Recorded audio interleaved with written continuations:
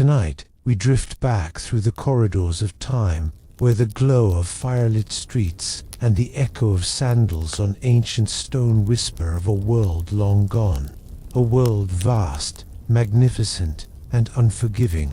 Why you wouldn't last a day in the Roman Empire begins with a single question.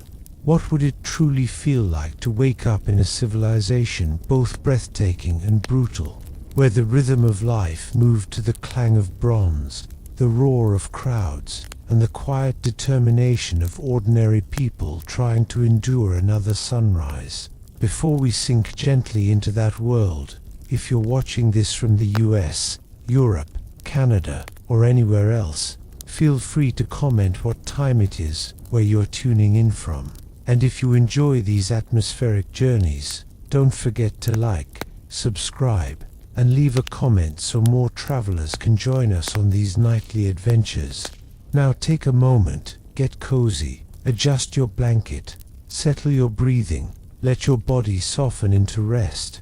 Let the noise of your day drift away, one quiet breath at a time. And when you're ready, we'll return to the Roman world. It isn't the soft, steady glow of electricity you're used to. Instead, it's the pale wash of an early Roman dawn, filtering through wooden shutters and falling across the rough fabric of the bed beneath you. The air carries a faint chill, not sharp enough to startle you, but present cool still, and touched by the earthy scent of clay walls and the lingering smoke of last night's oil lamp. Outside, the city is already stirring. You can hear it in the muted shuffle of footsteps along the street below, in the creak of carts being prepared for the day's trade, and in the distant call of a vendor beginning his morning chant far earlier than seems reasonable. Life in Rome starts before the sun truly rises, because surviving here means moving with the world, not against it.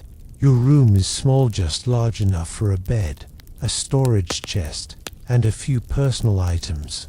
The mattress beneath you is stuffed with straw, uneven and lumpy, but surprisingly warm from your own body heat. A faint, dusty smell rises each time you shift, drifting lazily through the cool air. There's no rush, no need to leap to your feet. The Empire will demand enough from you soon. For now, take a moment to listen. The muffled hum of 100,000 people begins to bloom through the narrow window, the gentle clatter of pottery being set out, the low murmur of families waking. Somewhere nearby, a baker opens his shop early, and the warm smell of bread, thick, soft, slightly smoky, spreads like an invitation through the morning. It's peaceful in its own way, but beneath that peace, you sense something else. The trembling awareness that every day here is a balancing act. That life in the Roman Empire holds beauty and danger in equal measure. That surviving even a single day requires navigating a world built on strict orders, endless labor, and the expectations of a society far removed from your own. For now, though, the Empire has not yet claimed your attention.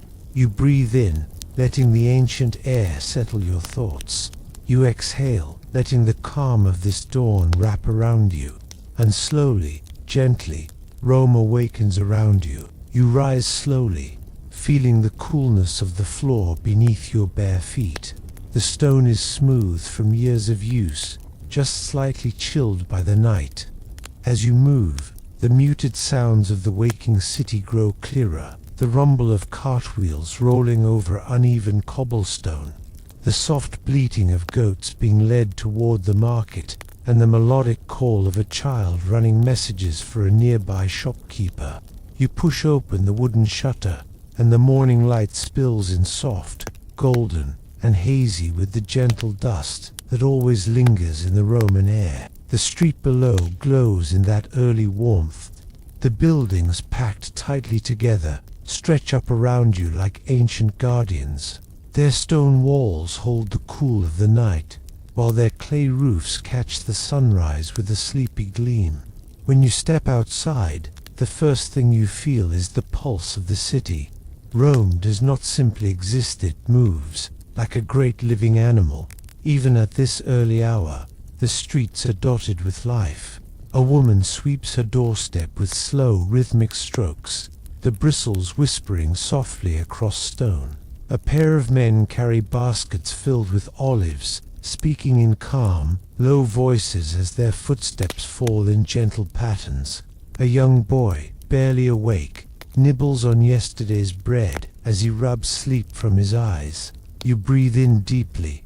The scent is a swirl-warm bread drifting from a nearby bakery, fresh herbs hanging from an open market stall, the earthy dampness of the stone street, and the faint but ever-present smell of smoke from kitchens already preparing the day's meals. It's not unpleasant, it's simply real. The smell of life lived closely together, of thousands of people sharing the same rhythm, the same roads, the same sky. The breeze carries a hush of distant conversation, a chorus of voices blending into something slow and soothing, like waves rolling against an ancient shore. For a moment, you simply stand there, letting the pale morning light brush across your skin, feeling the city settle into its daily heartbeat. Despite the coming challenges, the strict schedules, the demanding expectations, the harshness that lurks beneath Rome's grandeur, this moment feels gentle, protected, as if the empire itself is giving you a quiet welcome before it asks more of you. You begin to walk, your steps soft against the stone, blending into the flow of early risers. The warmth of the rising sun touches your shoulders, and the city guides you forward, its ancient pathways unfolding like a slow, steady invitation. As you continue along the narrow street, the soft glow of sunrise grows brighter, stretching across the rooftops and warming the city inch by inch. The shadows pull back slowly, revealing the intricate texture of Rome's chipped stone, its worn doorways, its countless traces of lives lived before yours. The air hums with a steady rhythm, not loud, but full like a gentle chorus rising from every corner of the waking world.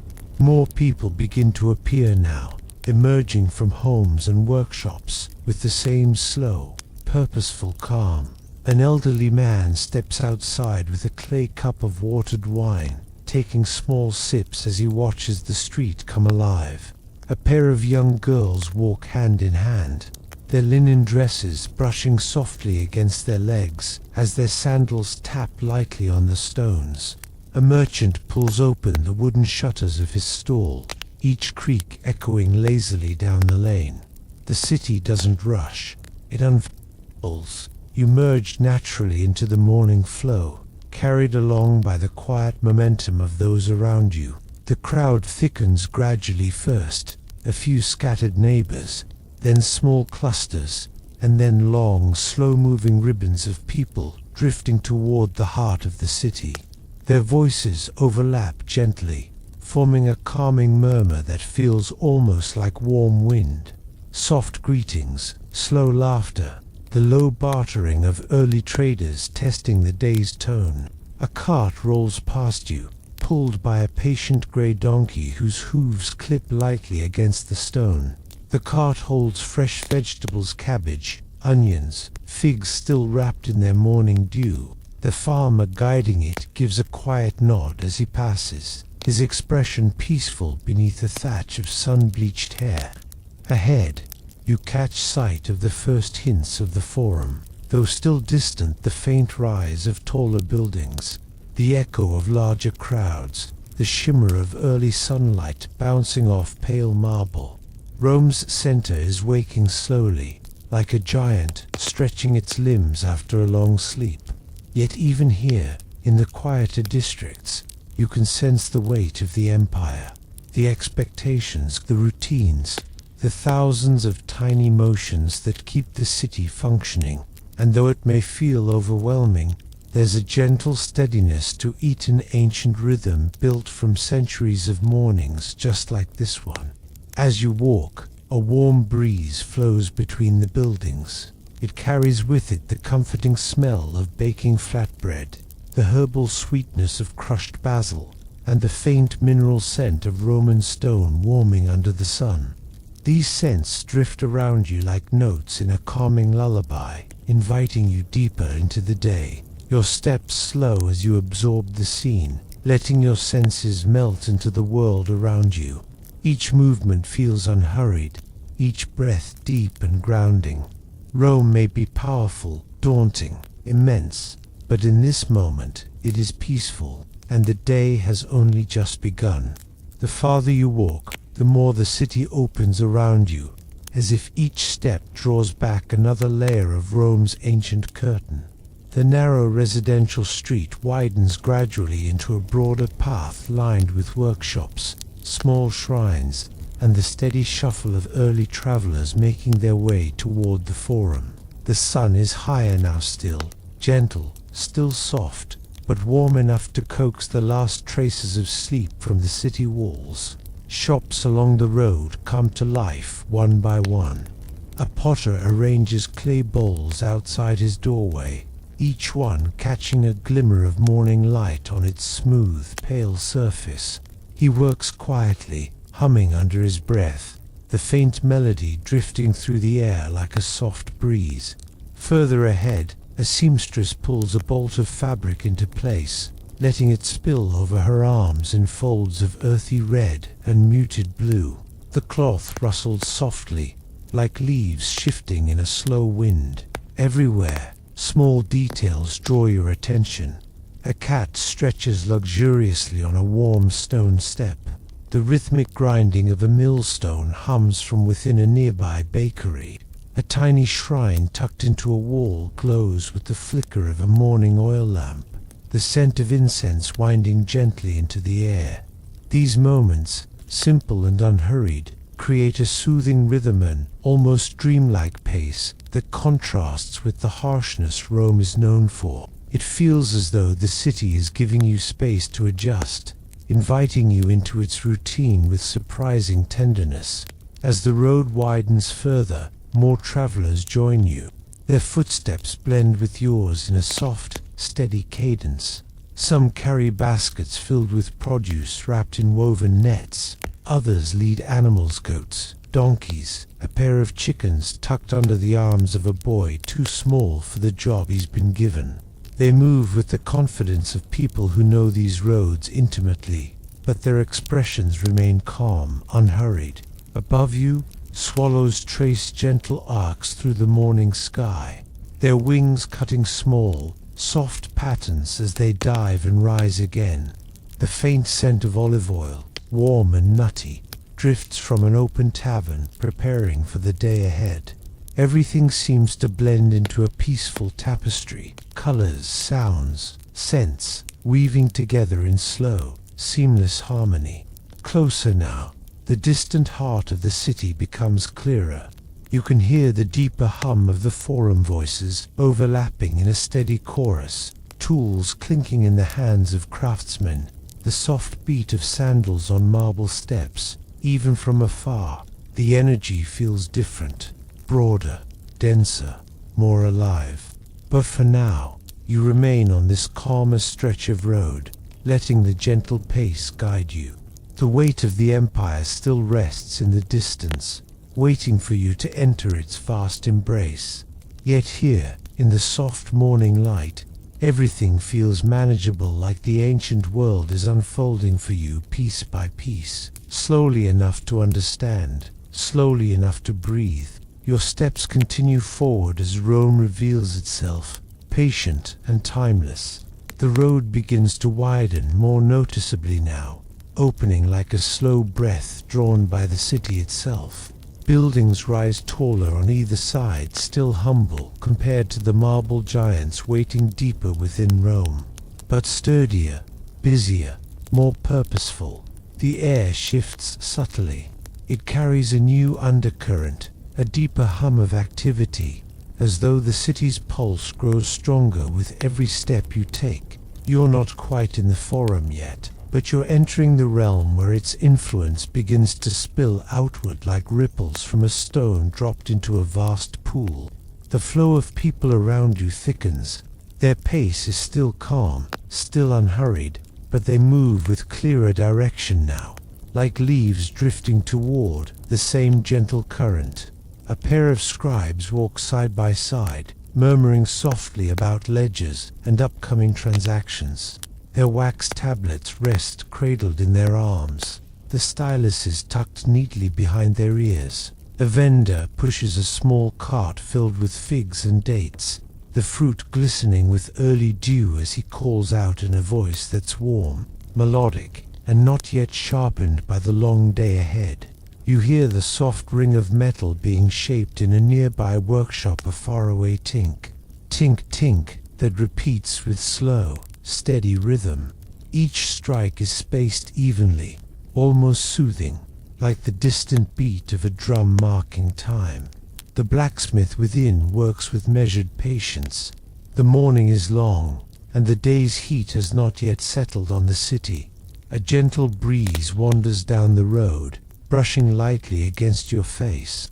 It carries the scent of freshly pressed olive oil and the faint sweetness of crushed grapes from a nearby tavern setting out its morning offerings. You catch a whiff of lavender from a woman arranging small bundles of herbs in baskets, placing each sprig with quiet care. Ahead, the first columns of the outer forum come into view, still distant, faint against the brightening sky, but unmistakably grand. They rise like pale silhouettes, tall and serene, catching the sunlight in soft gold. Even from far away, they seem to watch over the city, steady and unmoving, guardians of the endless bustle that surrounds them.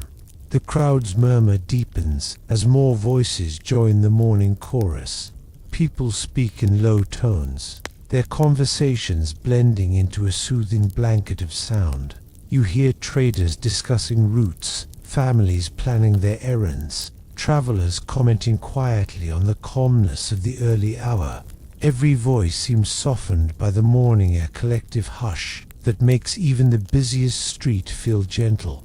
As you get closer to the heart of Rome, you start to notice subtle shifts in the stone beneath your feet. The road becomes smoother, better maintained, shaped by the countless steps that have worn it down to a polished surface over decades. Your sandals glide more easily now, the texture cool and familiar beneath each step. With every moment, the city feels larger, deeper, more alive. Yet the slowness of the morning remains, wrapping you in a sense of steady calm, even as the world grows more complex around you. Rome is waking fully now, and you are walking straight into its ancient embrace. As you move closer still, the air subtly shifts again, not in temperature, not in scent, but in tone.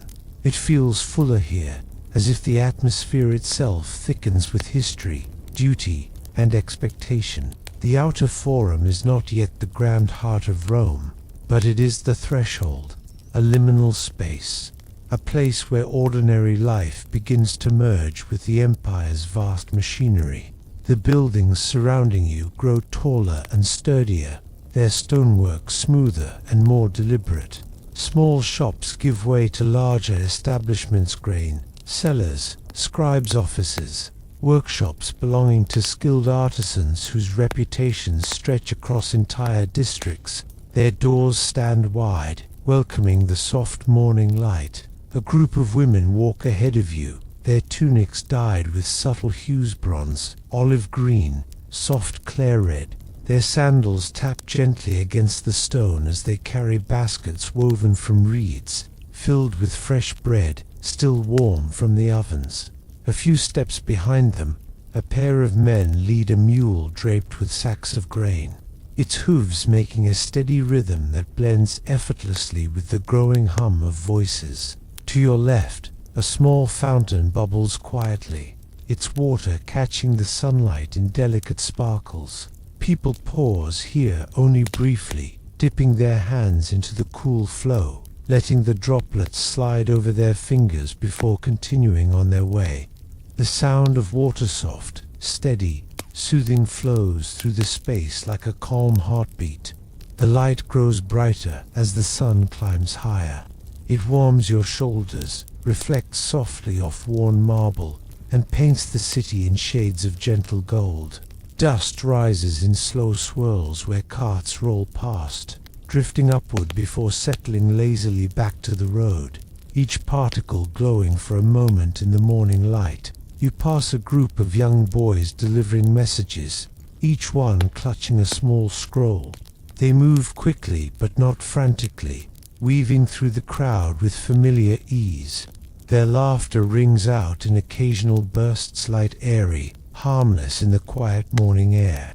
Even here, on the doorstep of Rome's civic center, childhood finds its way. The first true columns come into full view now, no longer faint outlines but towering shapes of pale stone. Their surfaces are weathered yet strong, each one carved with patterns softened by time. They stand like sentinels at the edge of the forum, guiding travelers into the sprawling world within.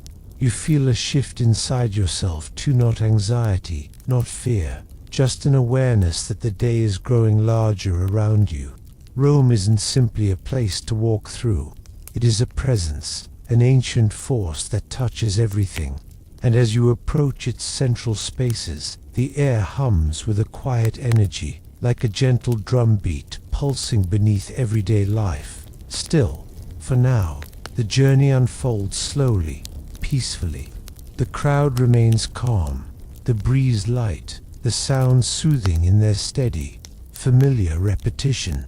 The city feels immense, yet strangely comforting, as though it has witnessed countless mornings just like this one, and welcomes you with the quiet assurance of something timeless. Ahead, the columns mark your next step into the heart of ancient Rome. You pass beneath the shade of the first great columns, and the world around you seems to deepen, its sounds richer, its light wider, its pace shifting into a rhythm both ancient and steady. The stone beneath your feet feels cooler here, as though the columns protect the road from the full warmth of the morning sun. Each step echoes softly upward, creating the faintest whisper that disappears almost as soon as it's made. This is the threshold of the Forum, not yet the bustling center itself, but the quiet edge where the city seems to pause, inhale, and gather its early energy. The air changes. It feels clearer, touched by the faint scent of polished marble and the gentle freshness of gathered fountains. People speak in low, composed tones, voices softened out of respect for the weight of the place. Even the animals move more calmly here. A donkey pulling a small cart pauses, ears flicking lightly as though sensing the stillness.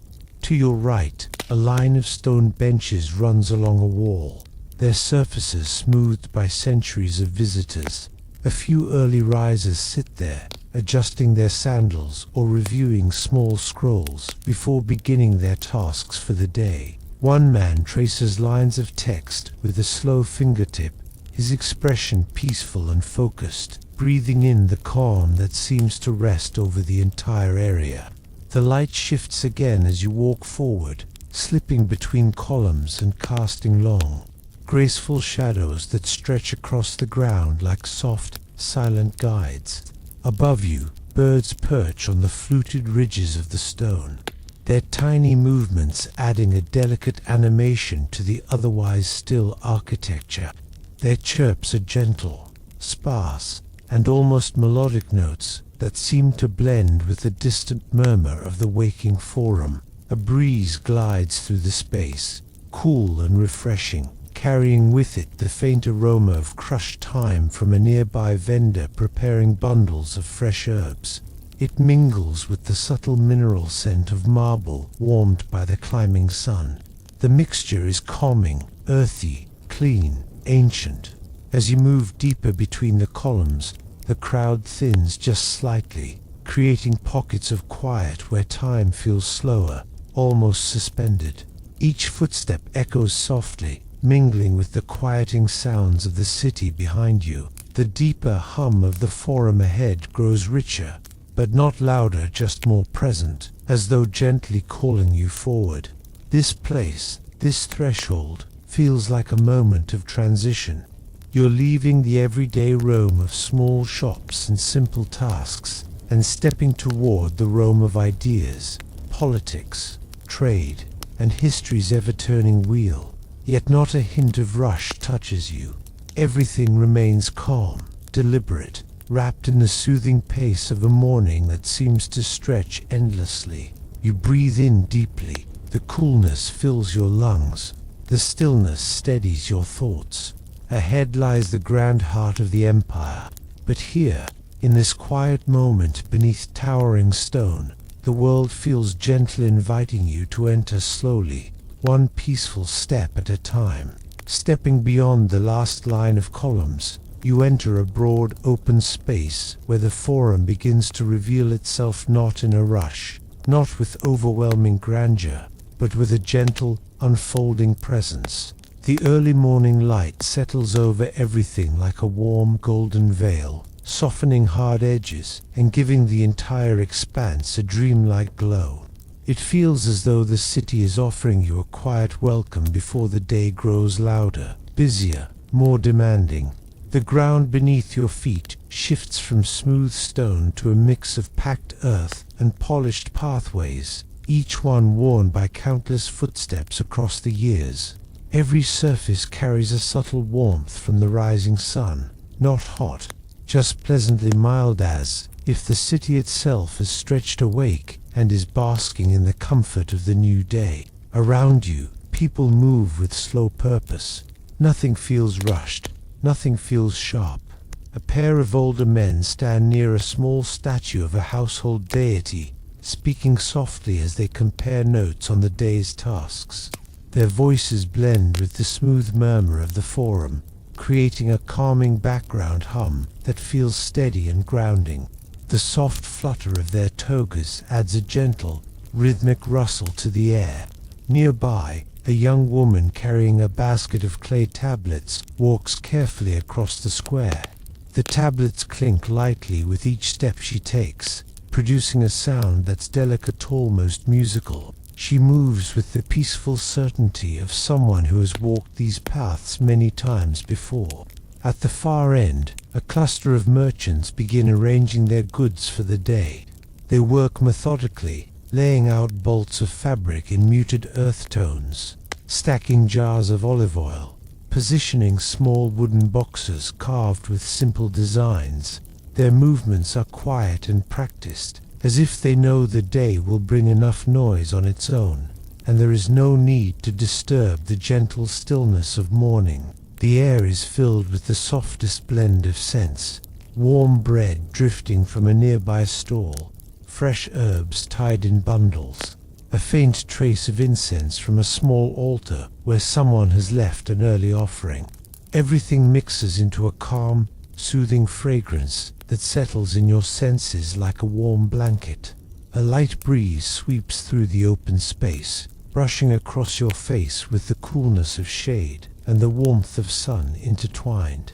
It carries distant voices that feel too soft to pass, blending into a single, tranquil murmur floating through the Forum like a gentle current. As you stand there, taking in the ancient calm that blankets the square, you feel the weight of history, not heavy or intimidating, but quiet, familiar, as though millions before you have paused in this same calm moment before stepping into the fullness of their day.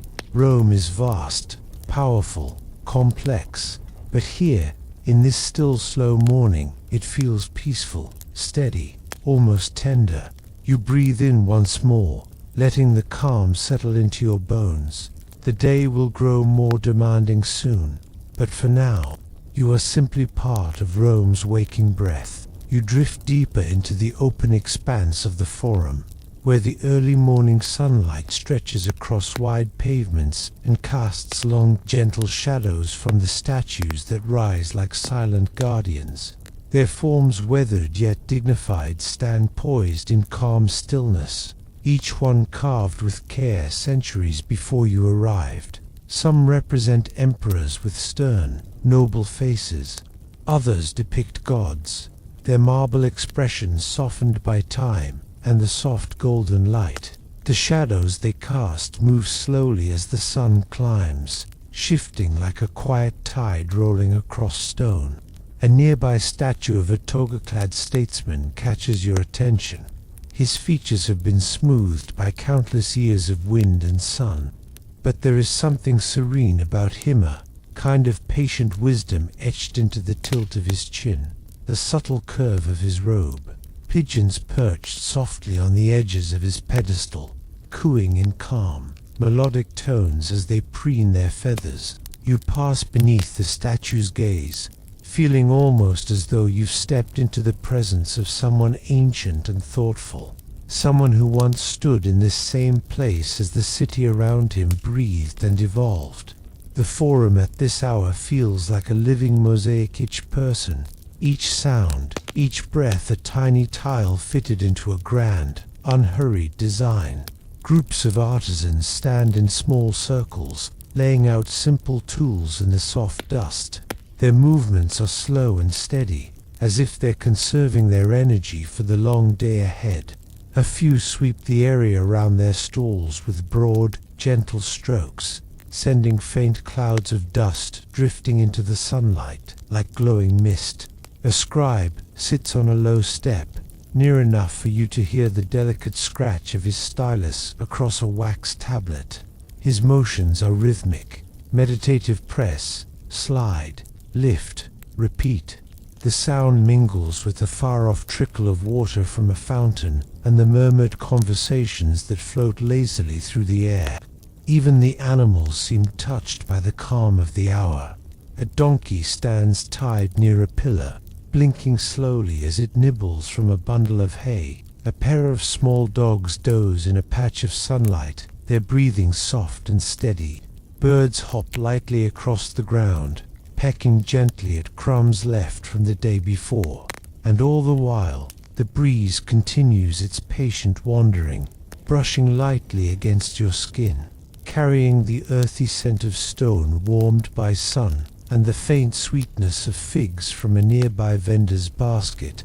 The deeper you walk, the more the Forum seems to open every step, revealing a new detail, a new sound, a new moment of stillness tucked quietly into the vastness of Rome. There is no rush, no pressure, just the soft unfolding of a day that feels as ancient as the stones beneath your feet. You feel yourself settling into the rhythm of it, your breaths naturally slowing to match the gentle pace of the world around you. The empire is immense, but right now it feels like a peaceful dream you're wandering through, one soft footstep at a time. You follow one of the gently curving paths that weave through the Forum, its polished marble cool beneath your sandals. Each step produces a faint, smooth echo, soft enough to blend seamlessly into the morning hum, yet distinct enough that you can feel the presence of the stone responding to your weight. It's a delicate sound, like the quiet clink of glass beads rolling across a tabletop. The path leads you past more statues, columns, and open courtyards where early sunlight pools like warm honey. The golden glow spreads across the marble, creating subtle reflections that dance with your movements. It feels as though you are walking across the surface of a shallow, luminous sea. A gentle breeze moves between the structures, carrying the lightest trace of warm bread from a nearby bakery and the faint woody scent of cedar from a carpenter's stall. Each scent arrives softly, drifting in and fading away without hurry. The air itself seems to sway with the calm rhythm of Rome at this hour. Ahead, you notice a pair of senators walking in slow conversation. Their robes drape in elegant folds, catching the shifting light as they move unhurriedly across the path. Their voices are low, thoughtful, almost meditative. You can't make out their words, but the tone alone is soothing, each syllable rising and falling like waves brushing gently against a shore. A small cluster of young apprentices passes you next. They carry writing tablets and bundles of scrolls, their arms full but their expressions peaceful. One of them balances the scrolls carefully and laughs quietly at something a friend says. Their laughter is soft and airy, blending with the calm sounds of the morning as though it belongs to the forum itself. To your left, a row of tall columns stretches upward, their shadows long and cool. You run a hand lightly along one column's surface as you walk past, feeling the faint grooves left by ancient chisels. The stone is smooth from centuries of contact warm where the sunlight touches it, cool in the shade. The texture, the temperature, the silence it holds, all of it makes the moment feel timeless, as if the column remembers every person who ever brushed past it. Further along, a small square opens to reveal a modest fountain where clear water spills gently from the mouth of a carved lion. Its trickle is soft, steady, endlessly soothing. People stop here just for a moment, cupping their hands to cool their palms, washing a bit of dust from their faces, or simply pausing to breathe in the freshness. The fountain's sound mingles with everything else. Distant footsteps, soft conversation, the occasional flutter of wings overhead. The path continues, winding with quiet purpose as it guides you deeper into the heart of Rome. There is still so much of the day ahead you tease, challenges, unexpected turns, but the morning offers a soft introduction, wrapped in calm light and gentle sounds. As you walk, you feel the day opening before you like a scroll unfurling in slow motion, each moment revealing itself with care, patience, and peaceful clarity. Rome may be vast and demanding, but in this early hour it feels like a living lullaby. The marble pathway gently guides you toward a broad stretch of the forum, where rows of market stalls are beginning to stir awake. They stand like small wooden shelters arranged in quiet order, each one draped with linens or woven mats that soften the hard edges of the early morning. The vendors here move slowly, as though honoring the calm before the day's long rhythm begins. A man selling pottery arrives first, his steps unhurried. He sets down a crate of bowls with careful hands, each bowl clinking softly against the next. The sound is delicate, steady, almost like shells tapping together in a tide pool. He unwraps each piece with patient familiarity, brushing a thumb across their smooth rims to check for imperfections. The clay bowls catch the sunlight in curved glimmers, as though holding small pieces of dawn. Next to him, a woman begins arranging bundles of herbs. She lifts each bundle of ender, thyme, rosemary with a gentle touch, letting the soft fragrance drift into the morning air. The herbal scent mingles with the faint sweetness of figs and dates from a nearby stall, creating a warm, earthy perfume that settles into the space like a comforting breath. Her movements are slow, methodical, each placement deliberate. A fruit seller rolls up the linen that covered his goods through the night. Fresh apples gleam softly in the light, their skins cool and firm. Clusters of grapes, still dewy, rest in woven baskets. The vendor adjusts them with care, ensuring each one sits just right. His motions create a faint rustling of leaves and wicker sounds, gentle enough to blend perfectly into the quiet morning. The crowd remains light, eerily buyers, drifting through with relaxed expressions, not yet burdened by the weight of responsibilities.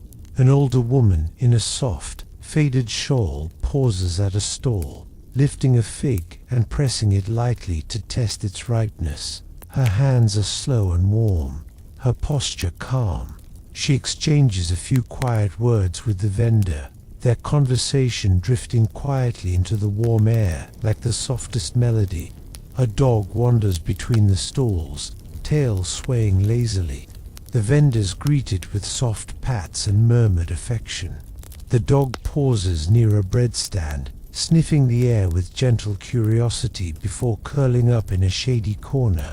Its breathing is slow and even, perfectly in tune with the tranquil mood of the morning. The market is not bustling yet. It is stretching waking painting its early colors across the forum with gentle strokes. The sunlight grows brighter, slipping across baskets of fruit and jars of oil, warming the edges of fabrics and softening the shadows beneath each stall. The breeze brushes lightly through, rustling the herbs and carrying the lift of early chatter from distant streets. You walk slowly past each vendor, letting the sensory tapestry wash over youth's sense. The soft sounds, the warm colors of the rising day. Every motion feels easy, unhurried. Today, Rome will grow louder. It will demand more. But in this moment, the city breathes in softness, and you breathe with it. The caravan finally slowed as the tree line broke, revealing a stretch of frozen meadow washed pale by the rising moon. Frost clung to every blade of grass like powdered glass, and the air carried a stillness so complete that even the horses hesitated before stepping forward. The guide raised a gloved hand. "We camp here," he murmured, voice low, as though the silence might shatter if spoken to too loudly. As the wagons circled, the group moved with a quiet urgency in packing crates, striking flint, checking the perimeter. No one wanted to linger in the open longer than necessary. They all felt it, the strange tension that had followed them since leaving the pass, a sensation like being watched, not by anything human, but by the land itself. When the first fire caught and crackled to life, its warmth reached only a few feet before dissolving into cold. Yet the small glow offered comfort. People huddled close.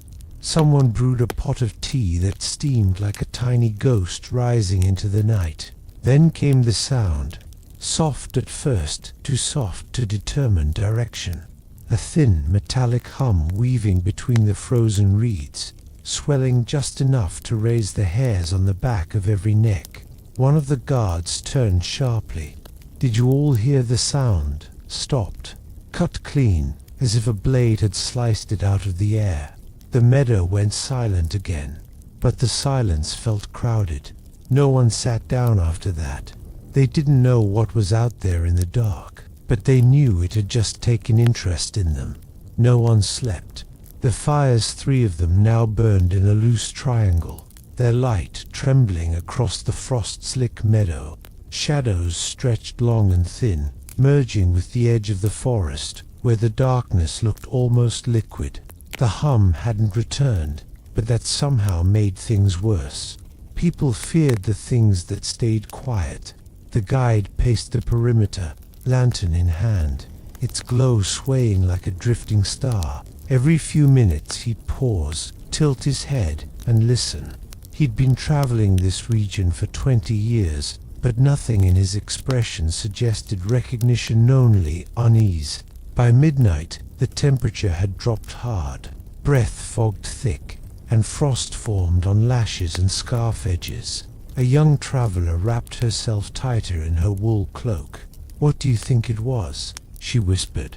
"Wind, maybe," someone replied, but even the speaker didn't sound convinced. The wind hadn't moved a single branch. Then, from the far side of the meadow, a horse snorted and jerked its head violently. Another whinnied, stamping the ground. Within seconds, the entire line of tethered animals was in panic, eyes wide, muscles coiled, hooves kicking at nothing. The guide didn't yell. He didn't have to. Everyone rushed toward the horses at once, trying to calm them, keep them from bolting or tangling themselves. That was when the lanterns shuddered. Not the flames, the lanterns themselves. Metal frames quivered, as if gripped by an unseen hand, their glass panes rattling like teeth in a cold jaw. One shook so violently it toppled, snuffing itself in the snow. A collective breath sucked in. People froze. Even the horses went still in a single terrified ripple. Then, from somewhere beyond the meadow, beyond the trees, beyond the reach of their fires, came 3 slow knocks. Not loud, not distant, just deliberate. as though someone or something was politely asking to be let in. A hush settled over the campsite, deep, heavy, and absolute. Even the wind seemed to hold its breath, as though the world itself were listening. The 3 gentle knocks still trembled in memory, soft enough to be mistaken for imagination, yet clear enough that everyone knew they'd truly heard them. The meadow felt suddenly smaller, its edges pulled tight by the dark tree line. The fires glowed steadily now, steady orange halos that warmed the snow and cast a calm, drowsy shimmer across the ground. Despite the tension, something about the quiet light made the air feel slower, softer, almost like the world had wrapped itself in a thick wool blanket. The guide lifted his lantern again, though his hand moved with a strange gentleness, as if he didn't want to disturb whatever fragile peace remained. The horses had calmed. Their breathing came in steady, warm bursts, clouding the air around their muzzles. No one moved toward the forest. No one moved away from it either. Instead, the travelers drifted back toward the fires. People settled onto blankets, onto satchels, onto anything that provided even a little comfort. The flames crackled with a soothing rhythm, the kind that pulled the mind toward quiet reflection. Snow fell lazily now, softer flakes that dissolved the moment they touched the glowing logs. A man with the traveler's harp, the small, curved kind used for passing lonely hours, lifted it onto his lap. He didn't play a song, only strummed a single note, slow and low. The sound vibrated through the still air like a calming breath. The guide finally spoke. "Sometimes," he said quietly, "the forest has its own ways. Old ways, gentle ways, even if they sound strange to us." People eased into his tone. It wasn't reassurance so much as a reminder that not every mystery meant danger. A few nodded, letting the warmth sink deeper into their bones. Someone rearranged a bedroll. Someone else leaned against a pack and let their shoulders relax. The meadow, which only moments before had felt on the edge of something frightening, now seemed to breathe with them, slow, steady, rhythmic. And as the group gradually settled, wrapped in the fire's glow and each other's presence, the night around them hummed with a quieter kind of energy, not the earlier vibration, something gentler, like the earth itself exhaling. Whatever had knocked, whatever had listened, for now it stayed where it was, and the fires burned on, soft and soothing, guiding them deeper into the calm night. The night stretched onward, settling into a slow, velvety stillness that wrapped itself around the travelers like a heavy cloak. The earlier tension didn't disappear. Exactly, it simply softened, dissolving into the hush of the meadow. The fires crackled gently, sending flakes of ash drifting upward like lazy fireflies. Most of the group had settled back into a circle, each person wrapped in blankets or cloaks. The snow under them had melted into soft patches, making the ground just warm enough to be comfortable. People shifted, finding little pockets of warmth, leaning against satchels or resting their heads on rolled cloaks. The traveler with the tiny harp plucked another note, slow, dreamy, the kind of sound that reminded you of distant hills at twilight. A few more notes followed, each one floating softly into the space between the fires. They carried no melody, just a drifting, soothing hum that calmed the breath. The guide sat cross-legged now, lantern beside him, the glow illuminating the frost in his beard. He seemed more relaxed, though one eye remained turned toward the tree line. Not in fear, just awareness, like someone watching the steady rhythm of waves on a quiet shore. A woman wrapped in a pale blue shawl spoke in a whisper. "Do you think it will return?" The guide shook his head slowly. "Some things wander only when the air changes, when the seasons turn, when the cold settles in deeper than usual." He looked up at the sky, where faint stars pressed through a thin veil of clouds. Tonight feels like one of those nights.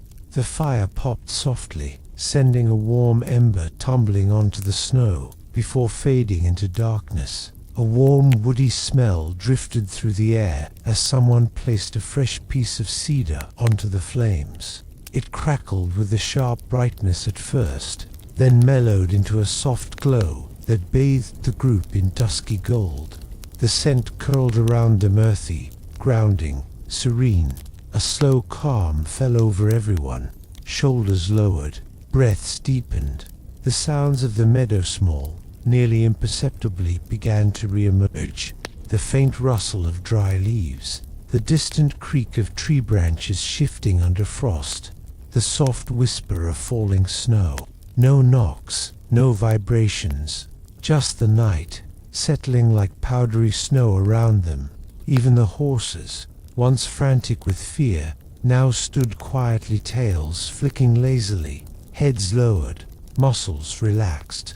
Occasionally one snorted a warm puff into the air, but otherwise they seemed content, lulled by the gentle cadence of the fires.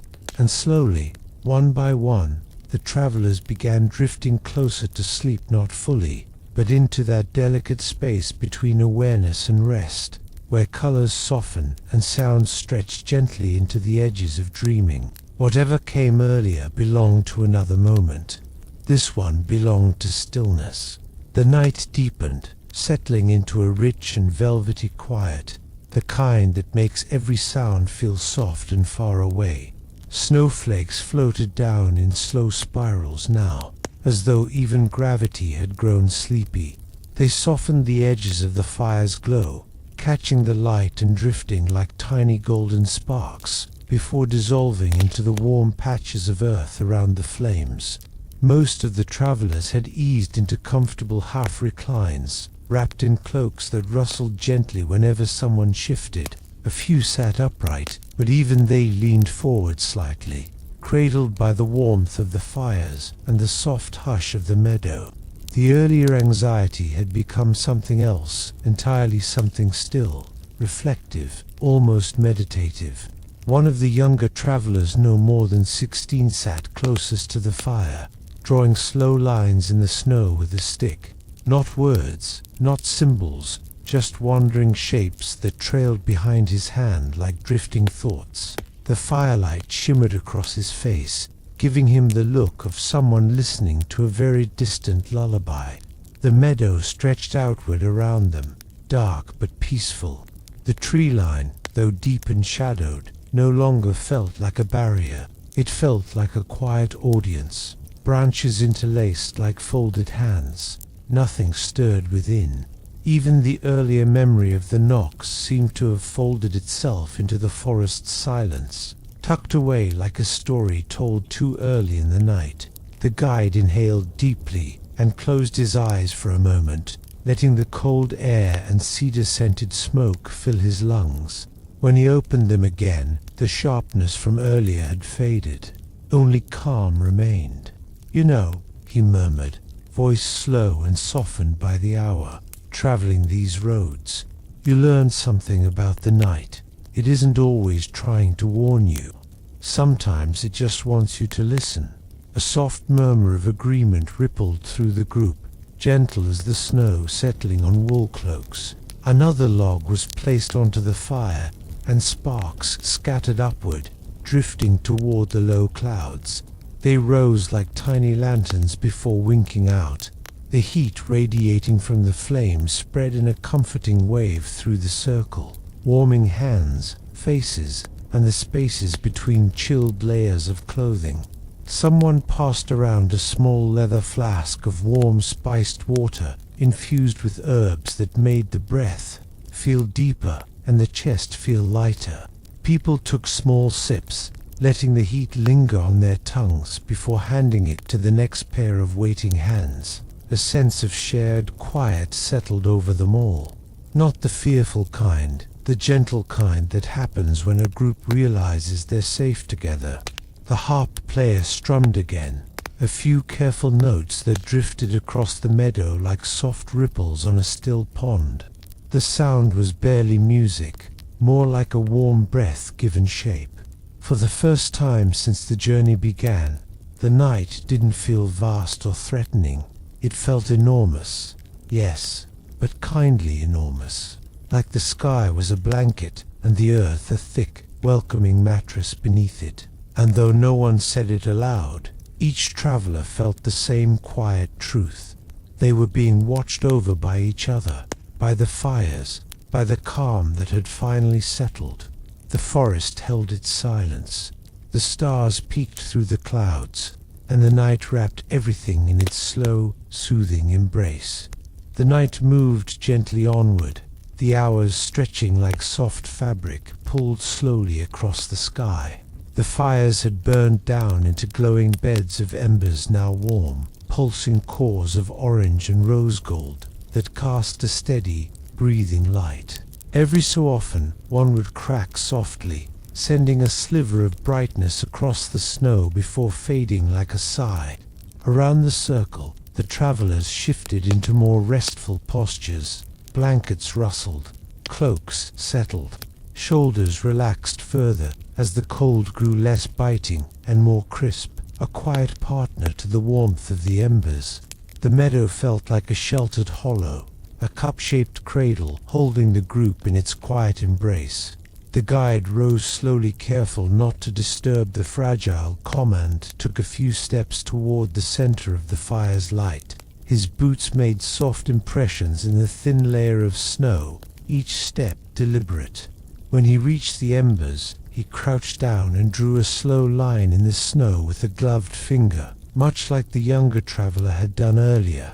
"This place," he said quietly, "this very meadow, it has seen travelers for centuries, some frightened, some curious, some lost." He brushed the snow aside, uncovering a patch of earth that steamed faintly in the fire's warmth. But most who rested here found something gentle waiting for them. A soft murmur spread through the group, not words, just a warm ripple of attention. People leaned in slightly, drawn not by fear, but by the soothing cadence of his voice. He continued, "Old roads run through these lands, some so old that even the stones beneath the soil remembered them. And sometimes, when winter deepens, the night likes to remind us how long it has been watching."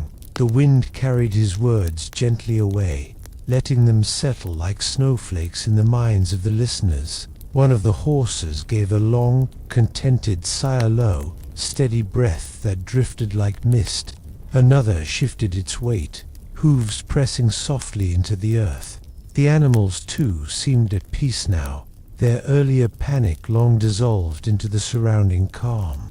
A traveler wrapped in a thick sable-colored cloak stretched her legs toward the embers, letting warmth seep into her boots. "It feels," she whispered, "as though the world has forgiven us for waking it."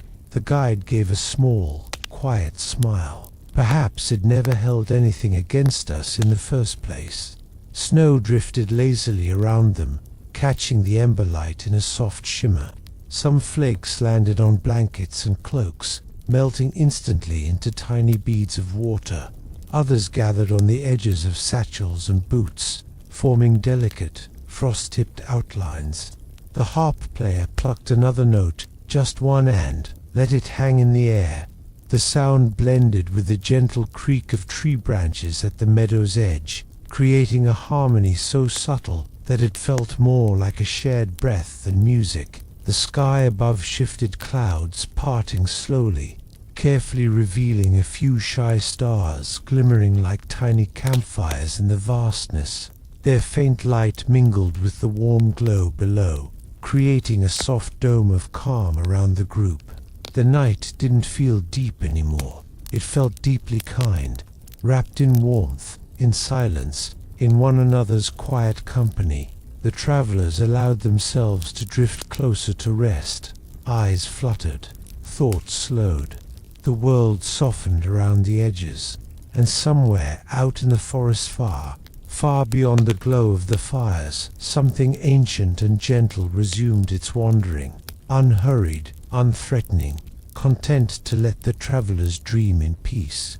The hours that followed settled into the quietest stretch of the night, that tender blue-tinted time when even the moon seems to breathe more slowly. The embers glowed in soft waves, rising and falling like the gentle pulse of a resting creature. Their warmth drifted outward in slow, curling ribbons, meeting the cold air and softening it, shaping a tranquil haven around the travelers. Snow continued its unhurried descent, flakes tilting and spinning with the faintest whim of the breeze, landing silently on cloaks, boots, and the untouched edges of the meadow. Most of the group now hovered in that delicate space between waking and dreaming, eyes half closed, thoughts drifting, bodies loosening into the earth.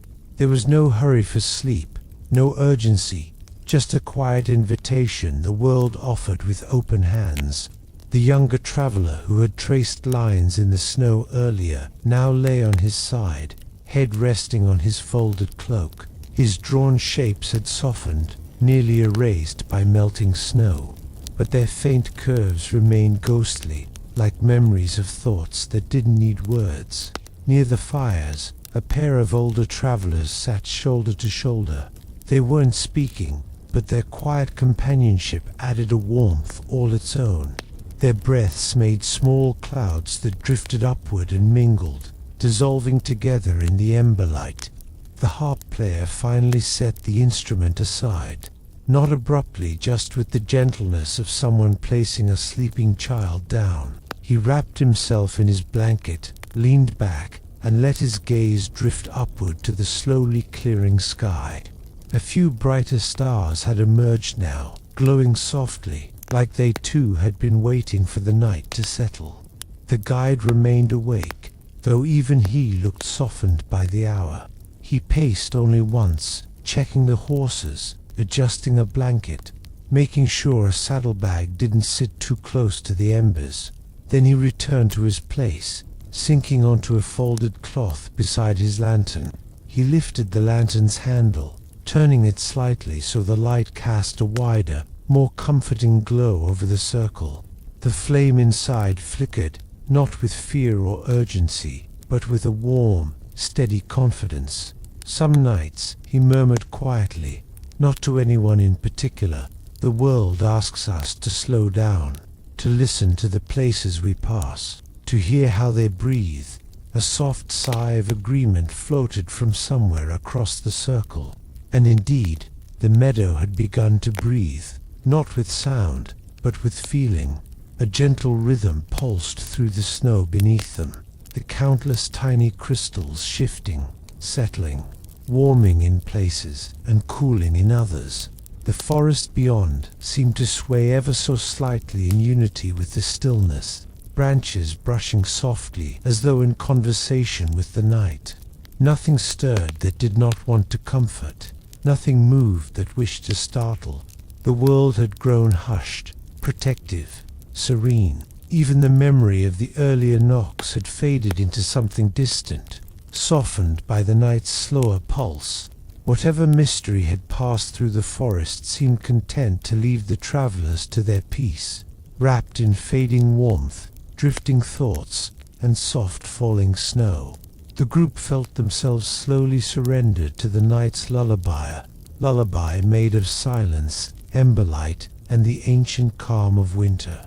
The night had grown so deeply calm that even the smallest motions felt amplified in their softness, a shift of fabric, the settling of snow, the slow exhale of someone drifting toward sleep.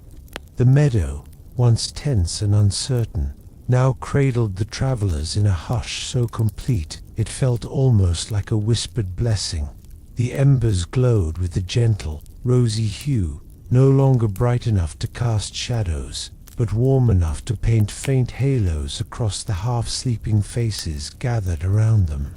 Their warmth rose in soft, wavering currents, creating a tender space where breath felt easier, slower, where each inhalation matched the meadow's rhythm, and each exhalation seemed to join the quiet night. A few travelers adjusted their blankets, the faint rustle sounding like leaves brushing together in autumn.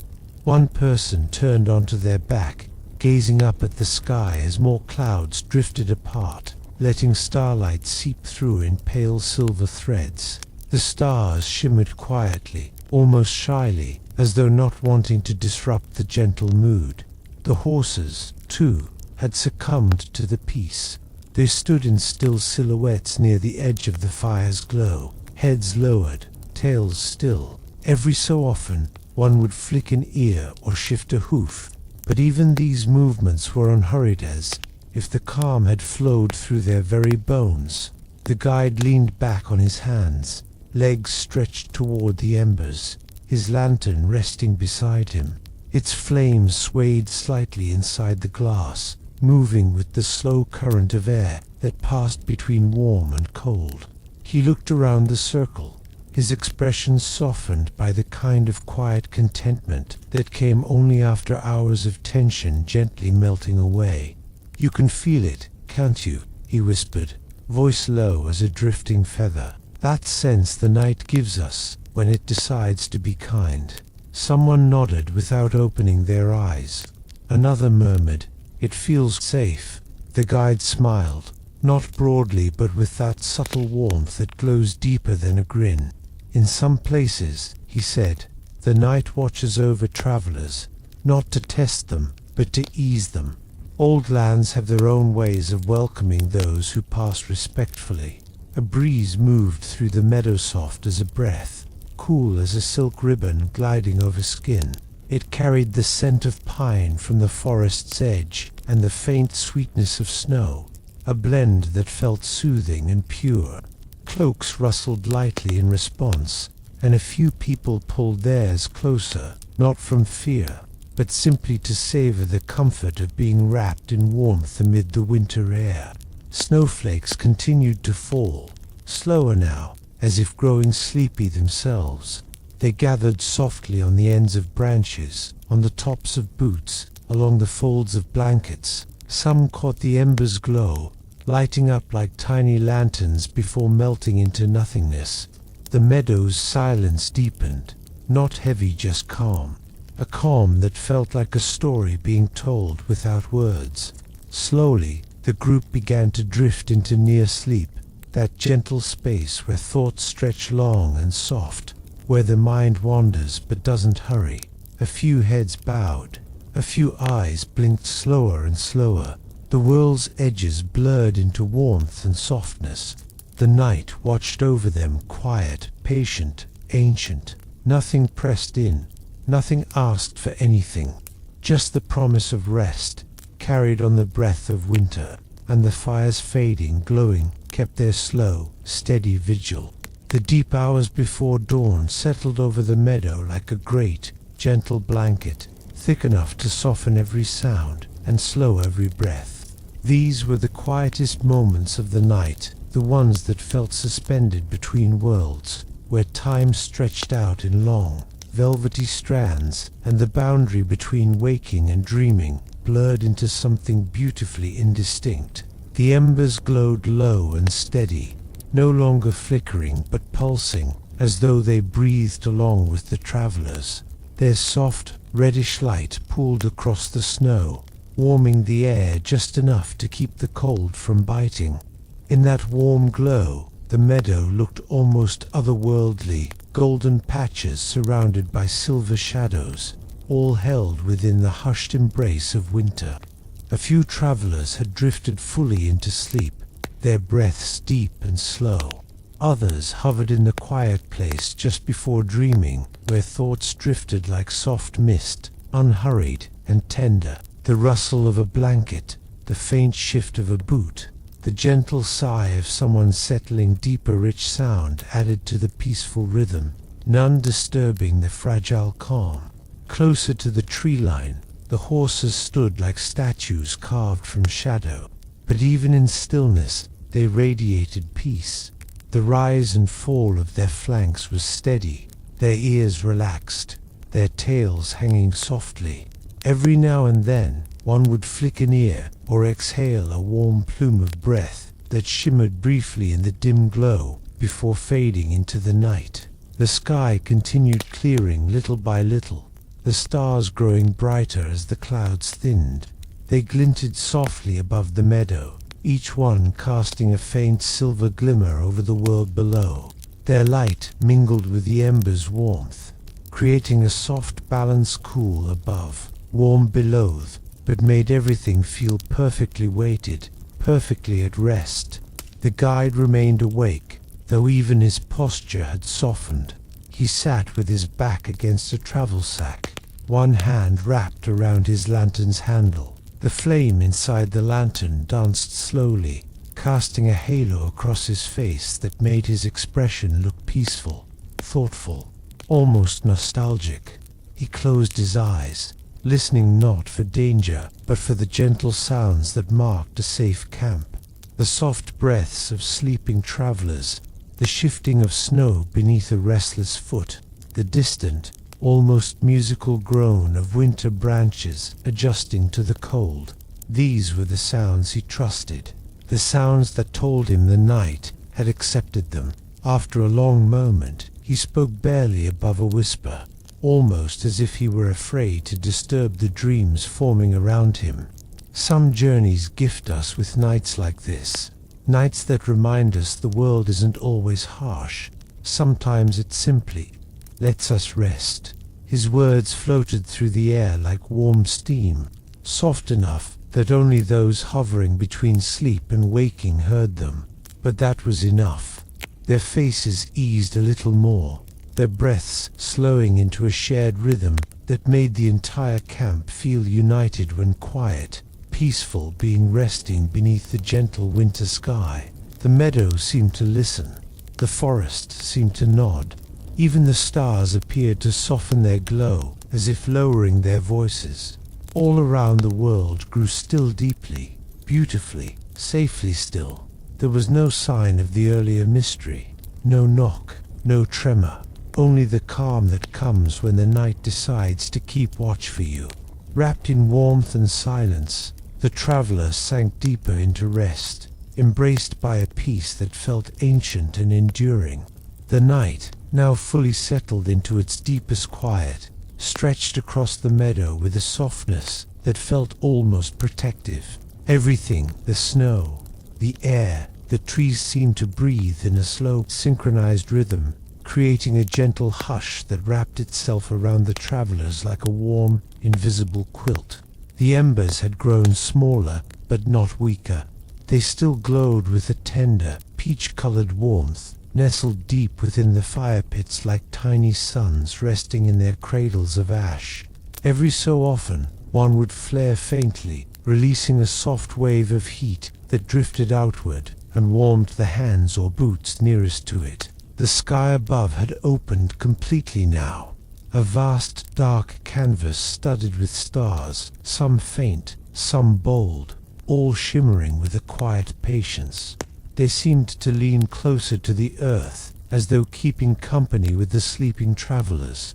The moon, a thin silver arc, hovered near the horizon, casting a pale, calming glow across the meadow.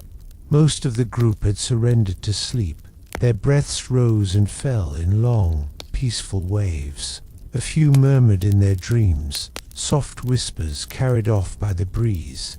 Blankets rose slightly with each inhale, then settled again like gentle tides. The snow around them, reflecting the ember light and starlight together, looked like a sea of tiny crystals, glowing faintly with every shift of warmth. The guide, though awake, had allowed his body to finally relax. He sat with his knees drawn slightly toward his chest, his cloak wrapped around him like a cocoon. His lantern glowed beside him, steady and warm, the flame inside barely wavering. His gaze drifted from traveler to traveler, watchful, but in that calm, caring way of someone who knows the night is on their side. At the far edge of the camp, one of the horses nudged the snow with its muzzle, brushing aside a thin, frosty layer. It found a small patch of grass beneath and nibbled quietly, each movement slow, content. The other horses shifted slightly, adjusting their weight, but remained serene, more relaxed than they had been in hours. A faint breeze whispered across the meadow, not cold this time, but soothing, carrying with it the crisp scent of pine and the sweetness of distant frozen water. It skimmed across blankets and cloaks, brushing gently against the traveler's cheeks, as if the night itself was offering a tender caress. Somewhere nearby, a cluster of branches creaked softly under the weight of frost. Instead of sounding ominous, the noise blended harmoniously with the rhythm of the sleeping camp, another quiet voice in the night's lullaby.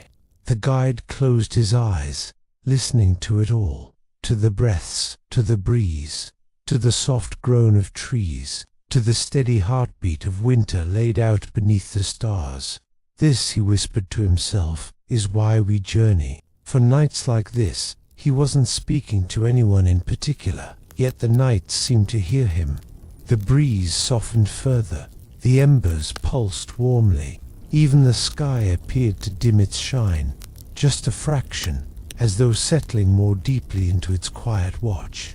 And the travelers slept on, wrapped in warmth, in peace, in a stillness so deep that even dreams seemed to tiptoe gently, careful not to disturb the serenity holding them.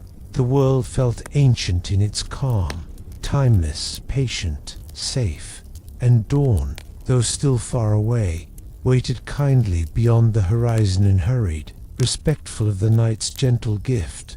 The night had reached the point where even time felt drowsy, stretching itself into long, slow breaths that drifted across the meadow.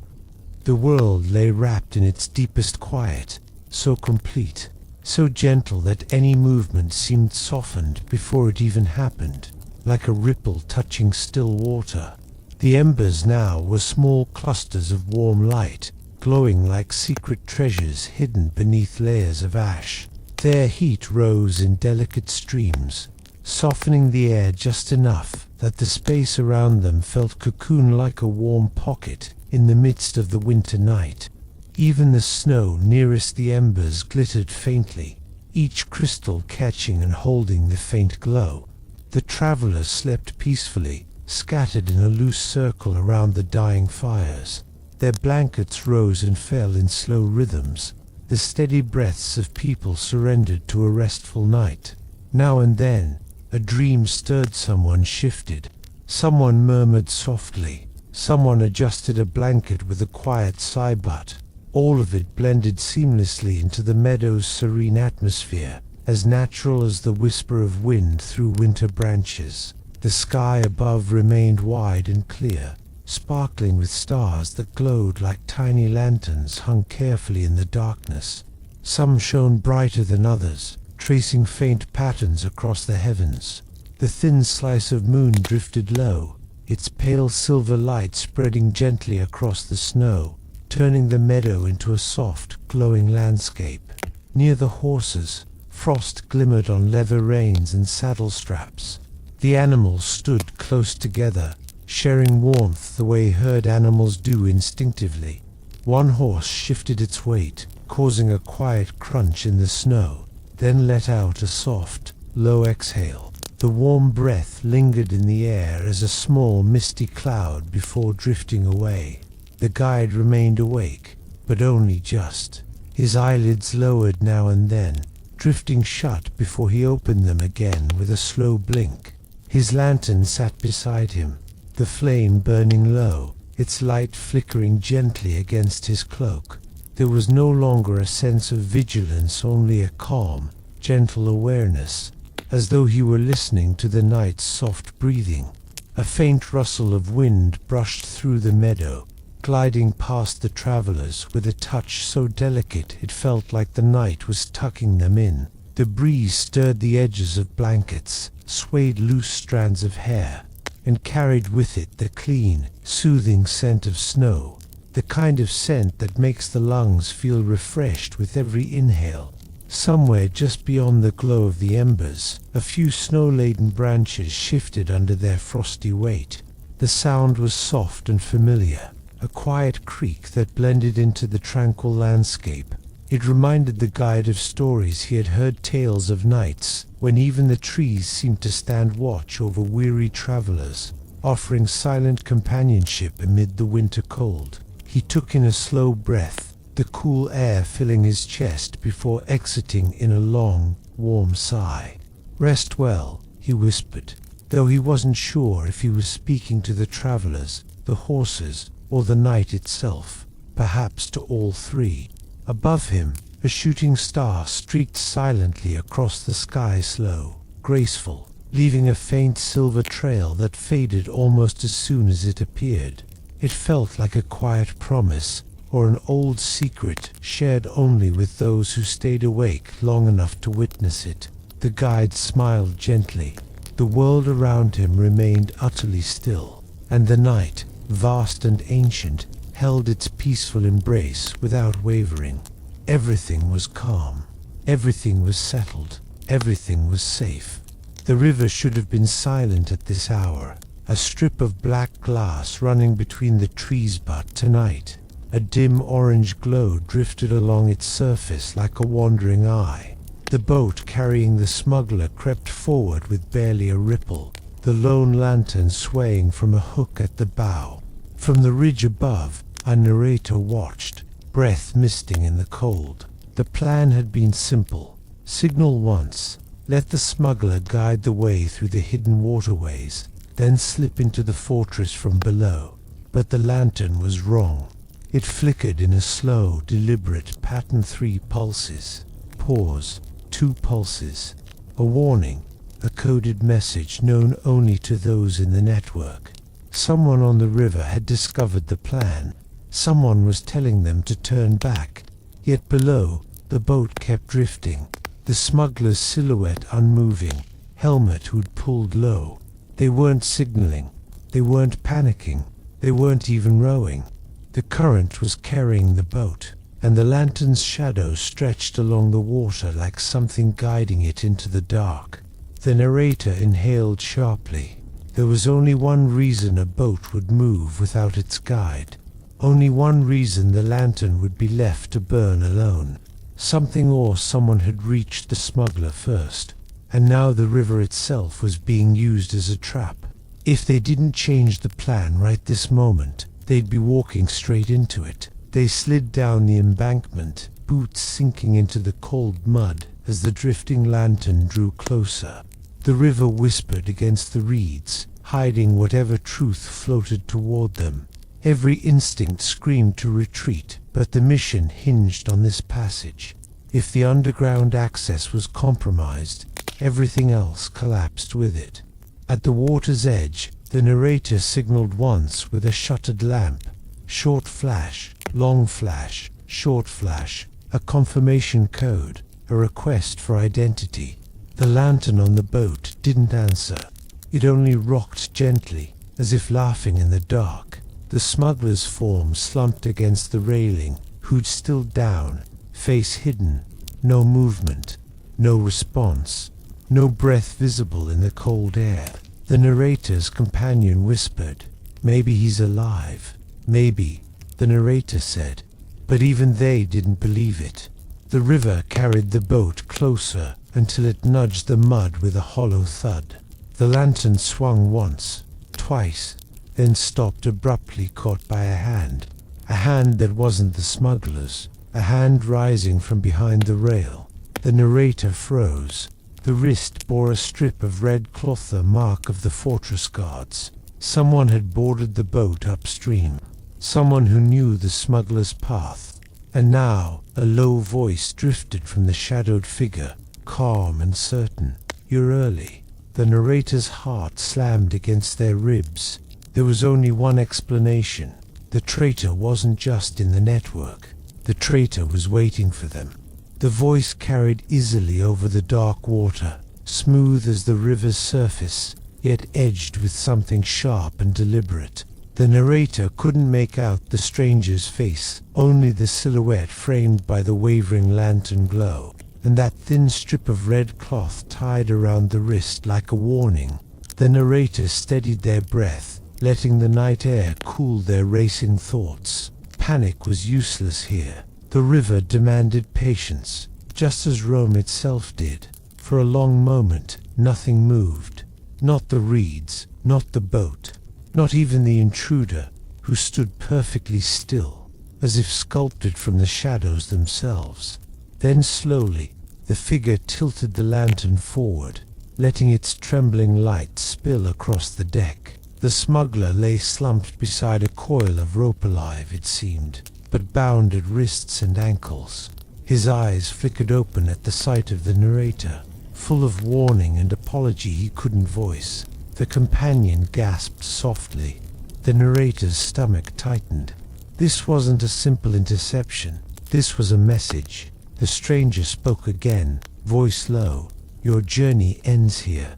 Rome doesn't tolerate ghosts slipping through its gates. But the narrator noticed something the intruder likely didn't expect them to.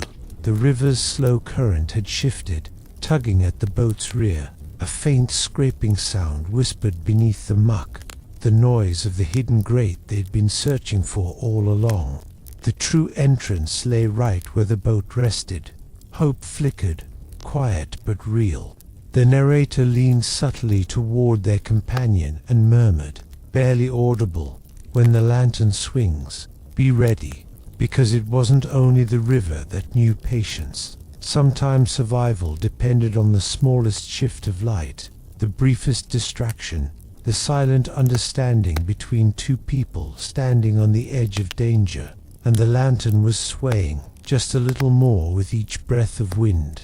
The lantern's sway grew almost imperceptibly wider, nudged by the night breeze drifting along the river. Its warm glow shimmered over the water, turning the ripples into threads of gold. The narrator focused on that movement, not on the stranger's stillness, not on the tightness in their chest, but on the gentle rhythm of light and river. A calm mind was a steady oar, and tonight they needed steady more than anything.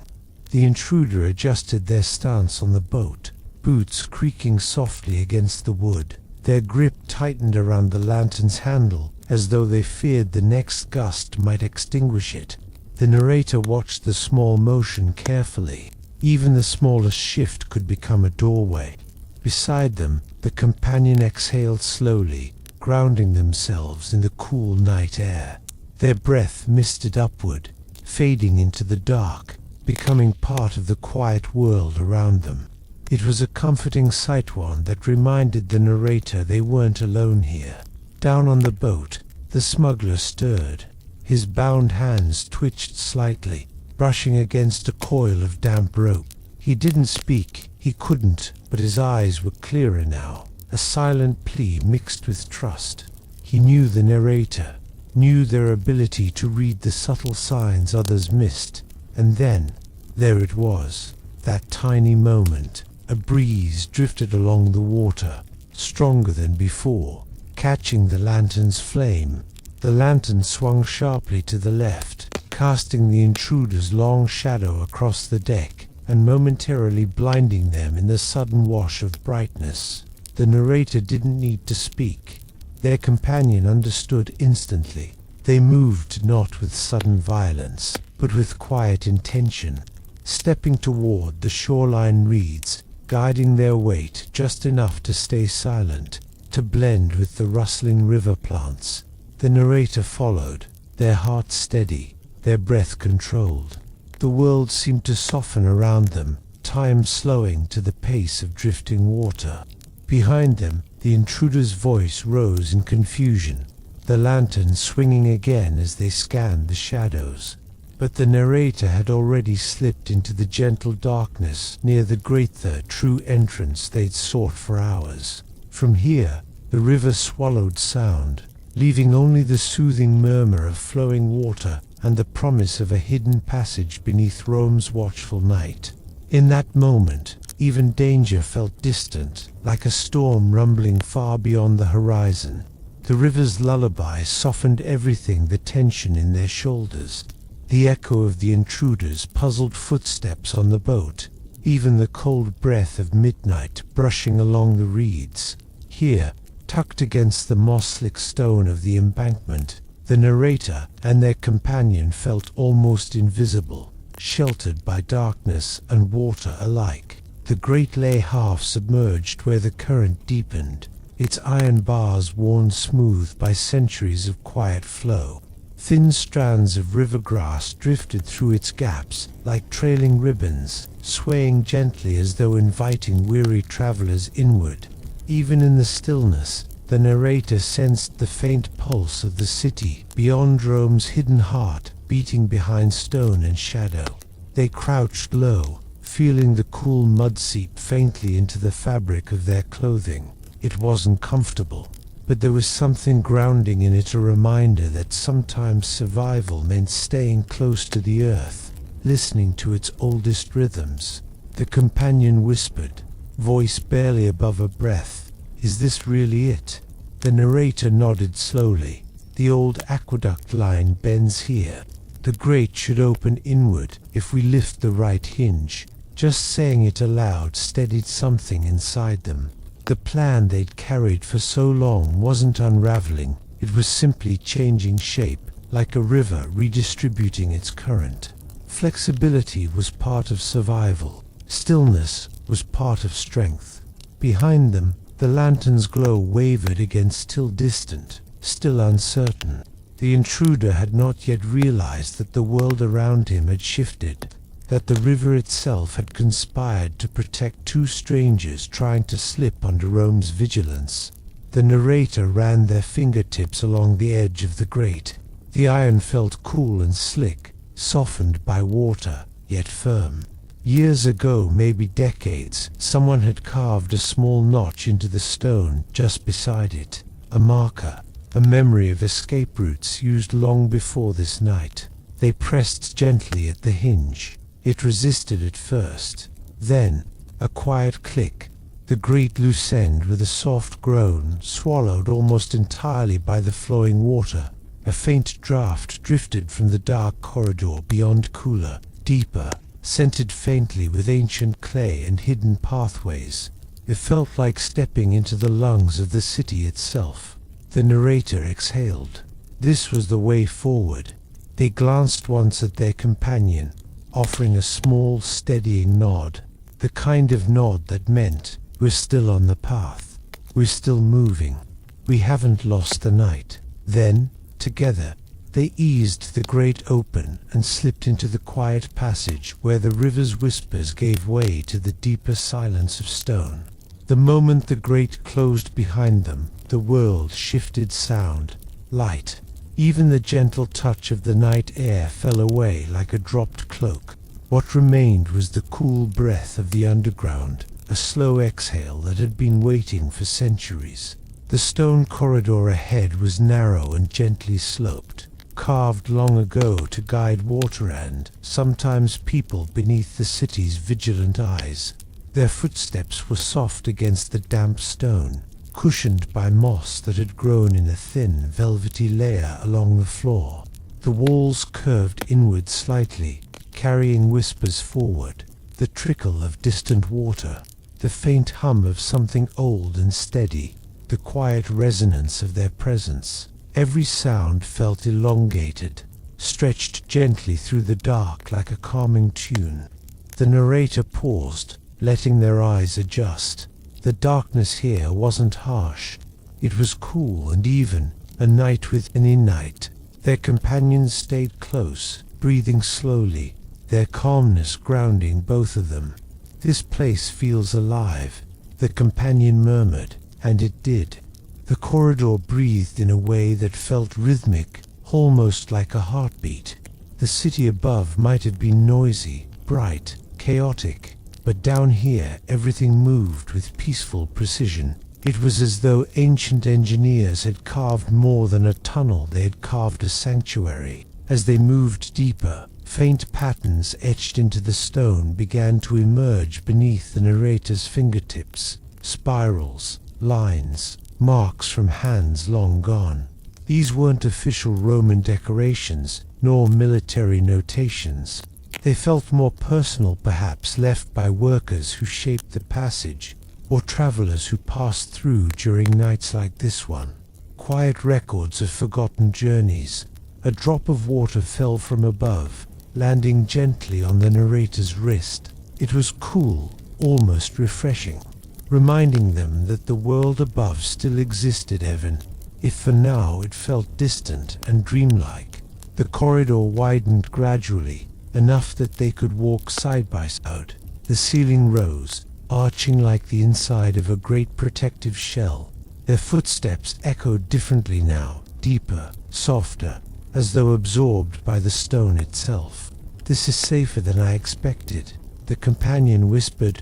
"For now," the narrator replied gently, not as a warning, but as recognition that journeys, especially ones beneath ancient cities, had their own quiet rhythms, their own rises and dips. A soft breeze drifted from further ahead, carrying hints of warmer air, faint but real, a sign that the passage connected to larger chambers. Somewhere above, Rome turned in its sleep. Down here, the night stretched long and calm, guiding them forward like a patient hand. The passage's gentle slope leveled out until the ground felt perfectly steady beneath their feet. The subtle breeze grew a little warmer, brushing across their cheeks in a soft, rolling wave. Slowly, the corridor ahead brightened not with torchlight, but with a faint, natural glow. As they drew closer, the source revealed itself, a broad, hidden chamber carved in an ancient curve, its air filled with a shimmering, almost pearly luminescence from mineral deposits clinging to the stone. It wasn't bright in the way daylight was bright, nothing sharp or startling. Instead, it glowed like the memory of a sunrise, muted and comforting. The narrator paused at the threshold, letting the atmosphere settle around them. The chamber was spacious, with high arched ceilings that rose like the underside of a dome. Water trickled down the far wall in thin, delicate streams, weaving patterns across the glowing mineral surface. The sound was deeply soothing, a soft, rhythmic tapping that echoed gently across the chamber. Their companion stepped forward slowly, eyes wide, the pale light catching the edges of their expression. "It feels like a sanctuary," they whispered, and it did. A secret world untouched by the city's noise or the tension that had pulsed through their journey above ground. The narrator's footsteps echoed softly as they moved inside. Each sound drifted upward, spreading across the ceiling before returning as a faint, melodic shimmer. It was as if the chamber itself was listening, responding, and offering reassurance. Ancient pipes' thin channels cut into the walls led away in several directions. These pathways were old, older perhaps than much of the city above. They had carried water once, and perhaps stories too. Travelers, fugitives, messengers, those who needed silence and secrecy, likely passed through these corridors in long-forgotten nights. Along the chamber's floor, small pools had formed where water gathered, smooth as glass. When they stepped near one, the surface trembled lightly, distorting the reflection of the glowing minerals above. Even the distortion felt peaceful, like ripples spreading through a quiet dream. The narrator knelt briefly, touching the water with 2 fingertips. It was cool, not cold fresh in a way that made them think of mountain streams and early morning mist. A reminder that even in hidden places, life persisted in gentle forms. Their companion crouched beside them, whispering, "We're deeper than I expected. It's almost calming." The narrator nodded. Down here, the tension of the riverbank confrontation felt distant, like a memory wrapped in silk. The hidden chamber held them in a quiet embrace, a pause in the long arc of their escape. But calm places often held more than comfort. There was always a path leading forward, subtle, waiting to be noticed. And on the far side of the chamber, just beyond a curtain of trickling water, the narrator spotted the faint outline of another passageway, narrower, darker, leading deeper into Rome's underground heart.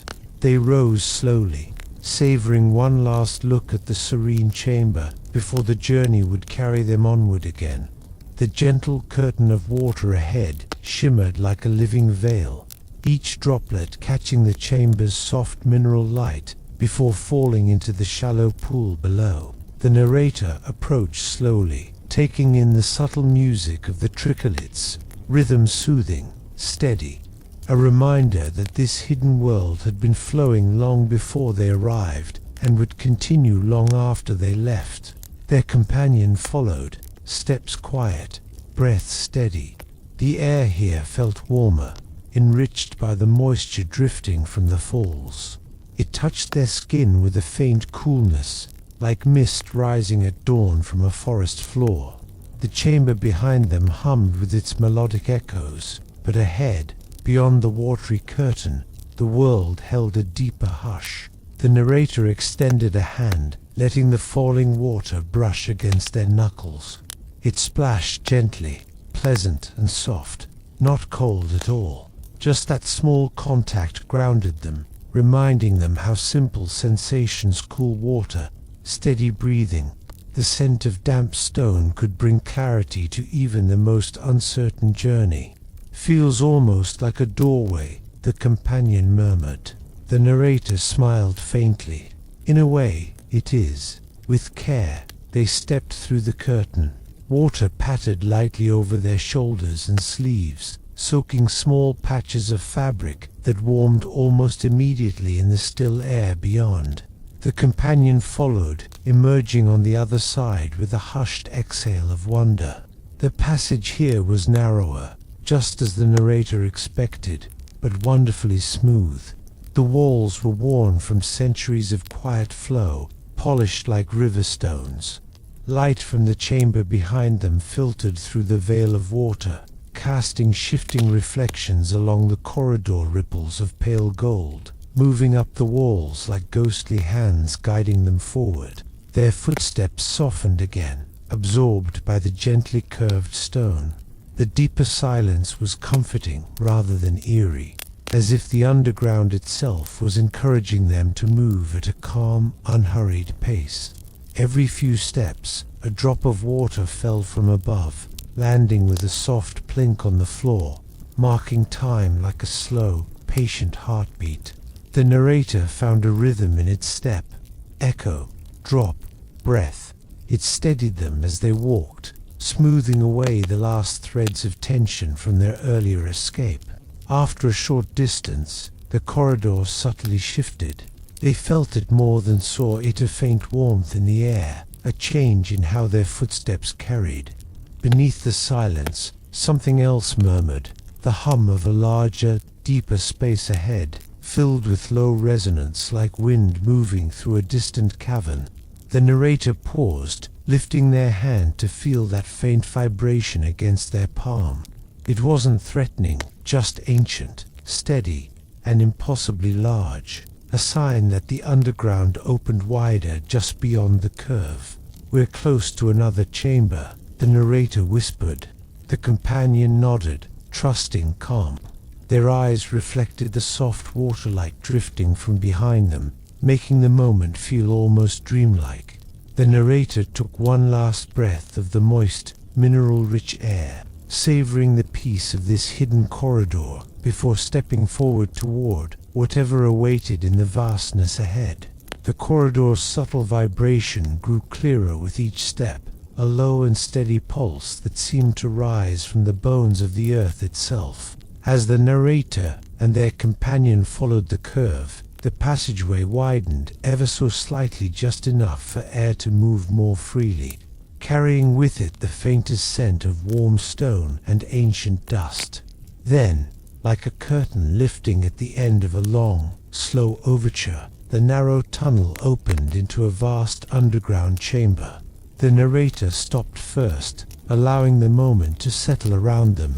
Their companions stepped beside them, eyes widening with a quiet awe that spoke louder than words. The space before them felt like a sanctuary carved from the silence of centuries. Immense pillars of natural stone rose from the ground, smooth at the base but textured higher up where minerals had accumulated in rippling layers. These pillars supported a sweeping ceiling far overhead, curved like the inside of a colossal dome. Soft echoes drifted through the cavern, following the slow movements of air. A gentle glow filled the space, dim but warm. It came from clusters of mineral crystals embedded in the walls, patches of amber and pale silver that caught their faint light from each other rather than any external source. The effect was serene, almost like starlight captured in stone. The ground was smooth, shaped by ages of flowing water. Shallow rivulets wound gently between the pillars, forming quiet streams that fed into a larger pool near the center of the chamber.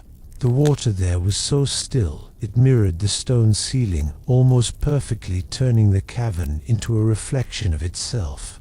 The narrator knelt near one of the rivulets, dipping their fingertips into the stream. The water was warmer here, carrying the memory of the deeper earth. It reminded them of thermal springs, of hidden warmth beneath the cool surface of the world. They let the sensation melt into their mind, soothing every last trace of tension from their shoulders. Their companion walked slowly around one of the massive pillars, trailing their hand along the smooth stone.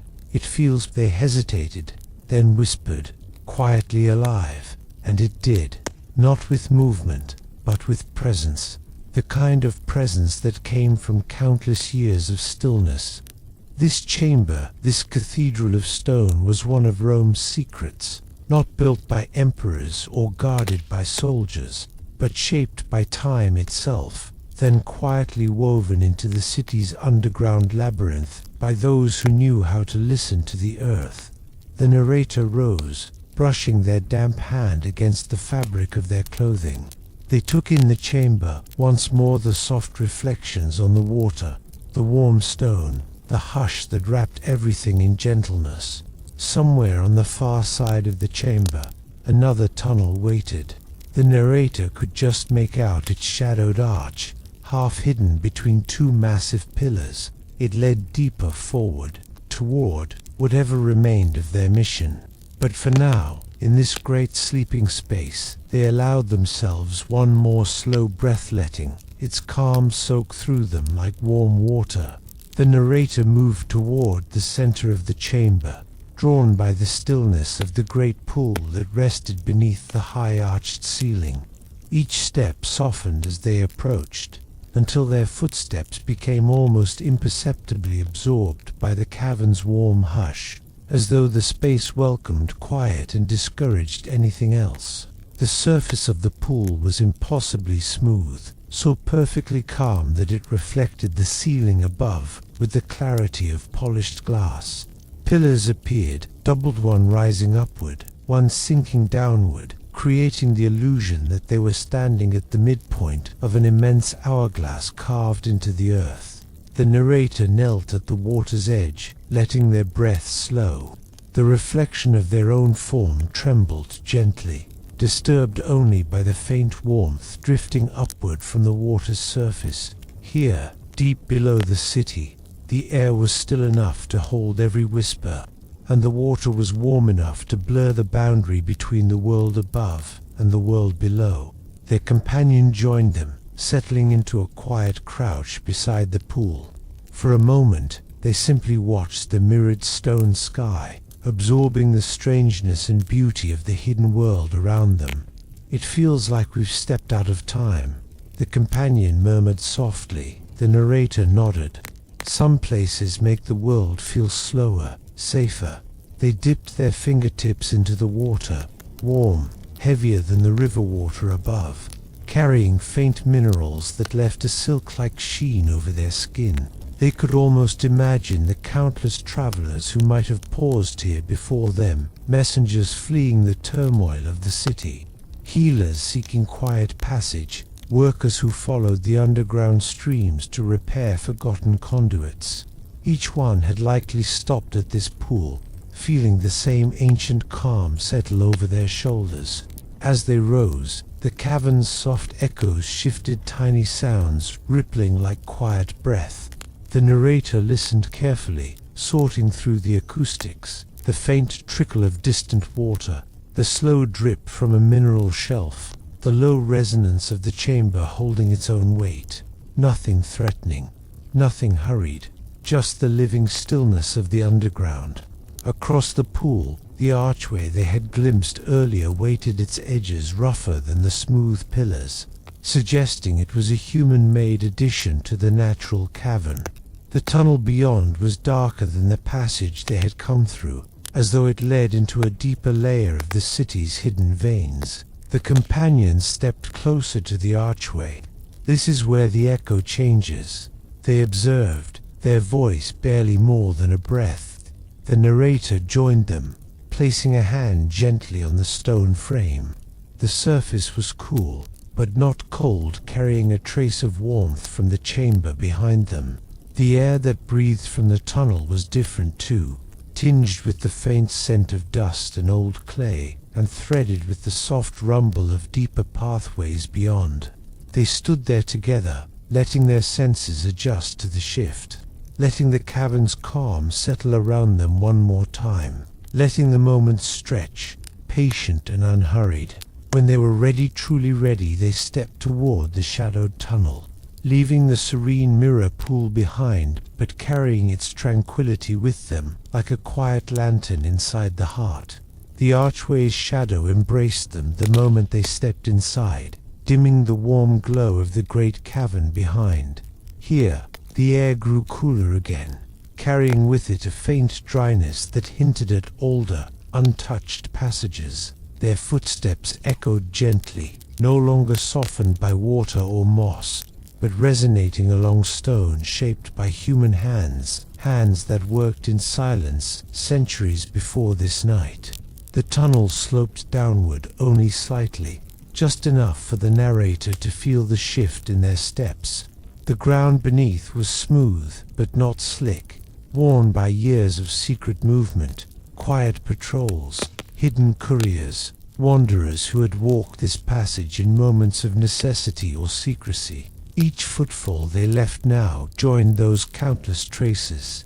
Their companion walked beside them, breathing steadily, eyes adjusting to the deeper darkness. After a long, thoughtful pause, they whispered, "It feels older than the last chamber, heavier somehow." "It is," the narrator replied softly. "This part wasn't shaped by water. It was carved, intentionally." The walls confirmed it. They were straighter here, more disciplined in their form.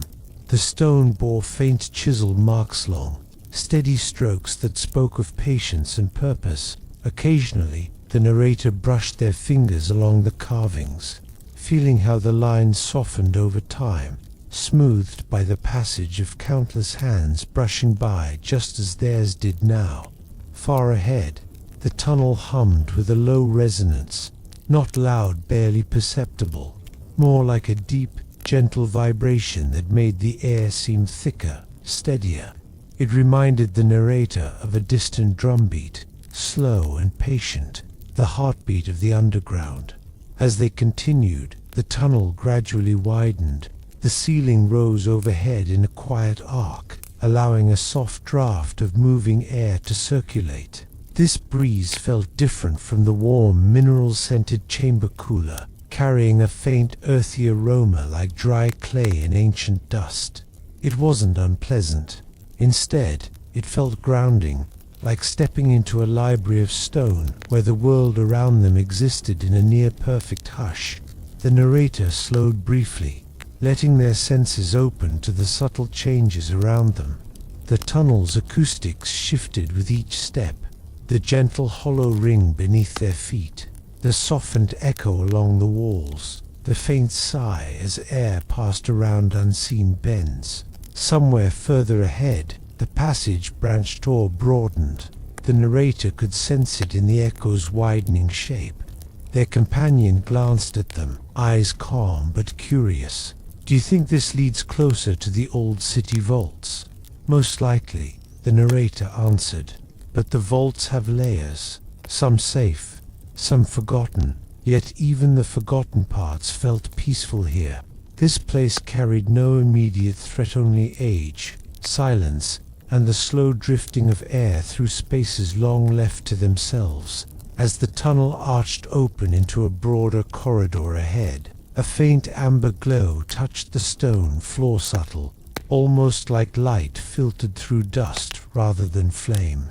Its presence felt quiet, regulated, purposeful, a sign that they were nearing a deeper heart of the underground, a place where paths converged, a place where Rome's hidden arteries met in quiet complexity.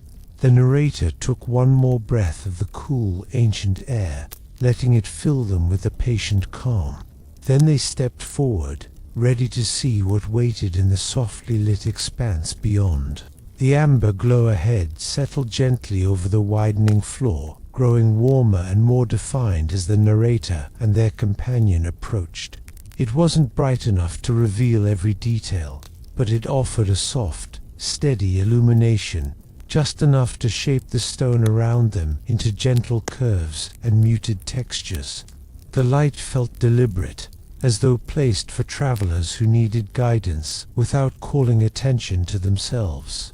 As they stepped into the broader corridor, the narrator paused, taking in the new space. The tunnel had expanded into a kind of crossroads, circular chamber where multiple passageways converged. Each tunnel opening was carved in a slightly different style, one with smooth arches, another with sharp, disciplined lines, another low and wide like the crawl spaces workers once used. It was as if the underground remembered every era of Rome's shifting needs.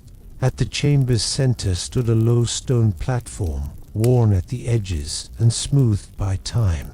Upon it sat the source of the amber glow, a bowl-shaped fixture filled with oil, its flame barely a whisper. The light shimmered against the walls in slow rhythmic waves, making the chamber feel like it breathed along with the flickering flame.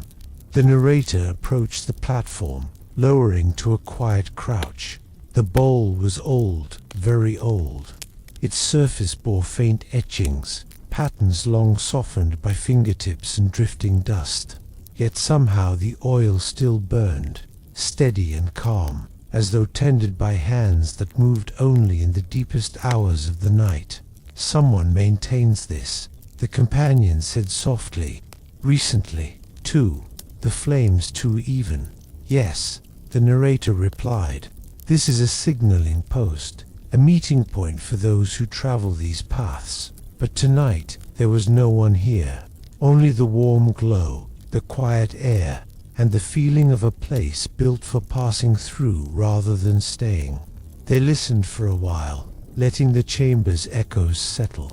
Soft drafts moved gently through the various tunnels, each carrying its own unique whisper. The faint running water from one passage, the dry rustle of loose clay dust from another, the low hum of deeper stone vibrations from the third. Even without sight, the narrator could sense the nature of each road. Their companion wandered a few steps toward the tunnel on the right, an arched passage, where the amber glow reached only part way before fading into shadow. "This one feels calmer," they murmured, running a hand along the stone. "It leads toward the lower maintenance channels," the narrator said. "Quieter, but winding."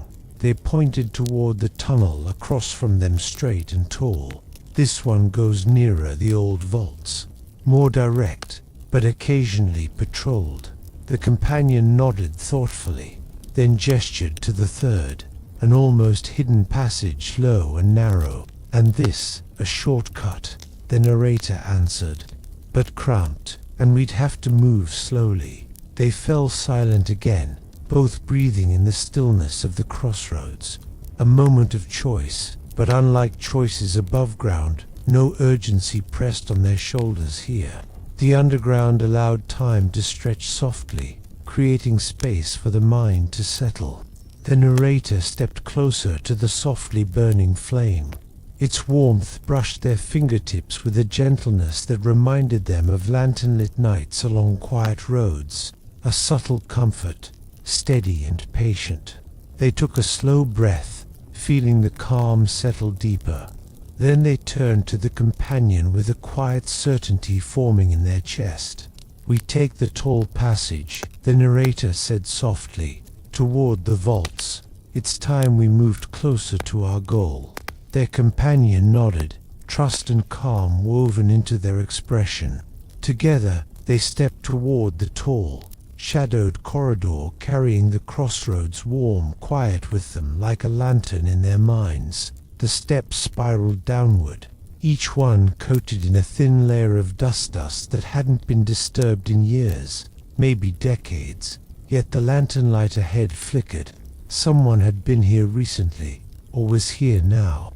Mira tightened her grip on the wooden rail. That smell, she whispered. It wasn't rot, exactly. More like old grain, left too long in a damp play suite. Musty, almost metallic. Eldrick lifted his lantern higher. This cellar shouldn't exist, he muttered. The plans for the monastery never showed a third level. They reached the bottom. A low-ceilinged chamber stretched outward, supported by rough stone columns. Burlap sacks slumped in piles, their contents spilled out like dried sand. But the strangest thing wasn't the forgotten grain, it was the lantern. A single brass lantern sat perfectly centered on a wooden crate. Its flame wasn't warm, yellow, it burned a faint, shimmering blue, like moonlight trapped in glass. Mira stepped forward. Who put this here? No one who wanted to be found, Eldrick said. His voice was soft, but not calm. They approached slowly, and the air grew colder with each footstep. The blue flame fluttered as they drew near, reacting to their presence as if recognizing them. Then Mira noticed something else. Carved into the crate beneath the lantern were fresh markings, the wood still pale where it had been scraped. A circle, a downward-pointing triangle, and 3 vertical lines arranged like a crown. She inhaled sharply. Eldrick, that's the same symbol from the ledger. Before he could answer, the lantern flame abruptly stretched upward, thin, sharp, like a blade, then bent to point toward a narrow archway on the far wall. Half hidden by sacks, Eldrick tensed. It's showing us something, or warning them. The flame flickered again, urgent. Mira swallowed. Should we follow it? Eldrick hesitated only a moment before nodding. We didn't come this far to stop now. Together, they stepped toward the archway, shadows stretching behind them as the lantern light leaned forward, guiding or pushing them deeper into the forgotten dark. The archway was so low they had to crouch to pass beneath it, brushing aside hanging strands of cobweb that clung like cold threads. On the other side, the air felt different, less stale, as if something had been moving through the passage not long ago. The blue flame behind them dimmed, its light no longer reaching this far. Ahead, the dark seemed to swallow sound itself. Mira touched the stone wall. It's warmer here, she whispered. The rock wasn't frigid like the cellar. Instead, it held a faint, steady heat, almost like the warmth of a hand that had only recently let go. Eldrick noticed it too. Someone has been using this passage. Recently, they walked carefully. The tunnel bent in a slow curve, and as they turned the corner, Mira froze. Light, very faint and very steady, glowed from a chamber up ahead. Not lantern light, not fire, something softer, almost silver-white, like moonlight reflected on water.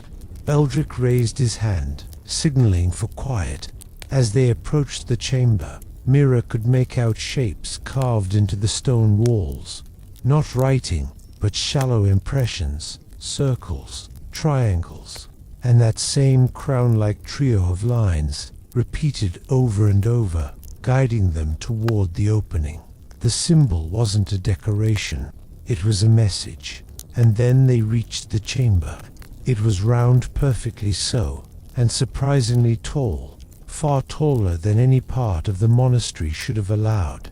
Smooth pillars encircled the room, each etched with symbols that shimmered faintly when Mira's lantern brushed past.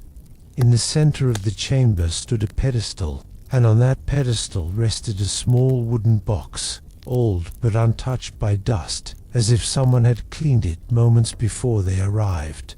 Mira whispered, This can't be here by accident." Eldrick studied the box, expression tight. No, someone built all this for a purpose. The pedestal hummed softly, not loud, but just enough to feel in the bones as though something inside the box was pulsing with an unseen rhythm. Mira took a step closer, drawn to it. "Wait," Eldrick said quietly, grabbing her sleeve. "We don't know what it is, or who it belongs to." She hesitated, but the box seemed to almost watch them, waiting. Eldrick slowly released her arm. "If we open it, we do it together." Mira nodded. They reached out, one hand each on the lid. The chamber's faint glow dimmed for a heartbeat, almost as if holding its breath. And then, very gently, they lifted the lid. Inside the box lay a single object, wrapped in a strip of pale cloth that looked impossibly clean compared to the rest of the ancient chamber. Mira carefully unwrapped it, revealing a disc of metal no larger than the palm of her hand. Smooth, cold, unmarked, except when she tilted it toward the silvery glow of the room. Faint lines rippled across its surface, appearing and disappearing like reflections on water. Eldrick leaned in. "A seal." "It doesn't look like any seal I've seen," Mira whispered. "There's no crest, no inscription. It's almost like the disc pulsed." A tiny tremor ran through the stone beneath their feet. Mira nearly dropped it, but Eldrick caught her wrist, steadying her. The lines on the metal reappeared, but this time they stayed. They weren't random shapes. They weren't decoration. They formed the same symbol etched all along the walls. 3 slender points forming a stylized crown. Mira inhaled sharply. "It's the mark we've been seeing everywhere." But as the symbol settled into clarity, a second ring of markings slowly formed around its shapes, neither of them recognized. Not letters, not runes, something far older, and not of any kingdom they knew. Eldrick frowned. "This chamber, these tunnels, this seal. Mira, none of this is monastery work. This is ancient." The disc pulsed again, gentler this time, like a heartbeat responding to their presence. A hollow click echoed from somewhere behind the chamber walls. Mira spun around. What was that? The pillars around them began to glow brighter, the light traveling upward like liquid silver. The air warmed. The hum beneath their boots deepened, vibrating through bone and muscle. Eldrick grabbed the box, tucking it under his arm. "We need to go, now." But Mira wasn't looking at the walls. She was staring at the seal, because the symbol on it had changed again. It wasn't just the crown. It now showed a doorway beneath it, arched, tall, and unmistakably similar to the one they had just walked through. Eldrick, Mira whispered, I think it's trying to show us something." Another loud click, then another. Dust drifted from the ceiling. The chamber was awakening, and the doorway behind them, the only exit, began to slowly, inexorably close. The grinding sound rolled through the chamber like the slow turning of an ancient millstone, deep, resonant, and older than the languages carved into the walls. Mira spun toward the entrance just in time to see the stone door descending, inch by heavy inch, dust filtering off its edges in soft clouds. "We can make it," Eldrick said, voice firm but low. "Come on now." But the chamber had other plans. As they stepped forward, a band of silver light unfurled across the floor, stretching from one glowing pillar to the next. It rippled like shallow water, humming softly. When they tried to cross it, the vibration deepened, and Mira felt a gentle but unmistakable push against her legs, like an unseen hand insisting she stay back. "It's blocking us," Mira whispered. "It doesn't want us to leave." Eldrick tested it with the toe of his boot, then his palm, then the box in which the seal had rested. Each time, the light flexed and pushed back, calm, steady, unwavering, not harmful, but firm. The descending door groaned again, now halfway shut, shadows gathering around its narrowing frame. Mira clutched the seal. The metal felt different now, warmer, aware.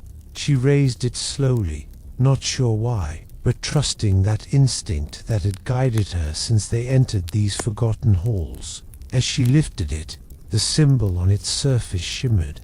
The crown, the archway, and beneath them, a new line formed, curving upward like a rising sun. The room brightened. The silver pillars pulsed in harmony with the seal, as though answering it. The band of light on the floor settled, its ripples smoothing into a still, mirror-like surface. Mira took a step. The barrier did not resist her. Eldrick let out a shaky breath. "It's letting you through, not me," she murmured. The seal. She walked carefully forward, feeling the light cool her steps.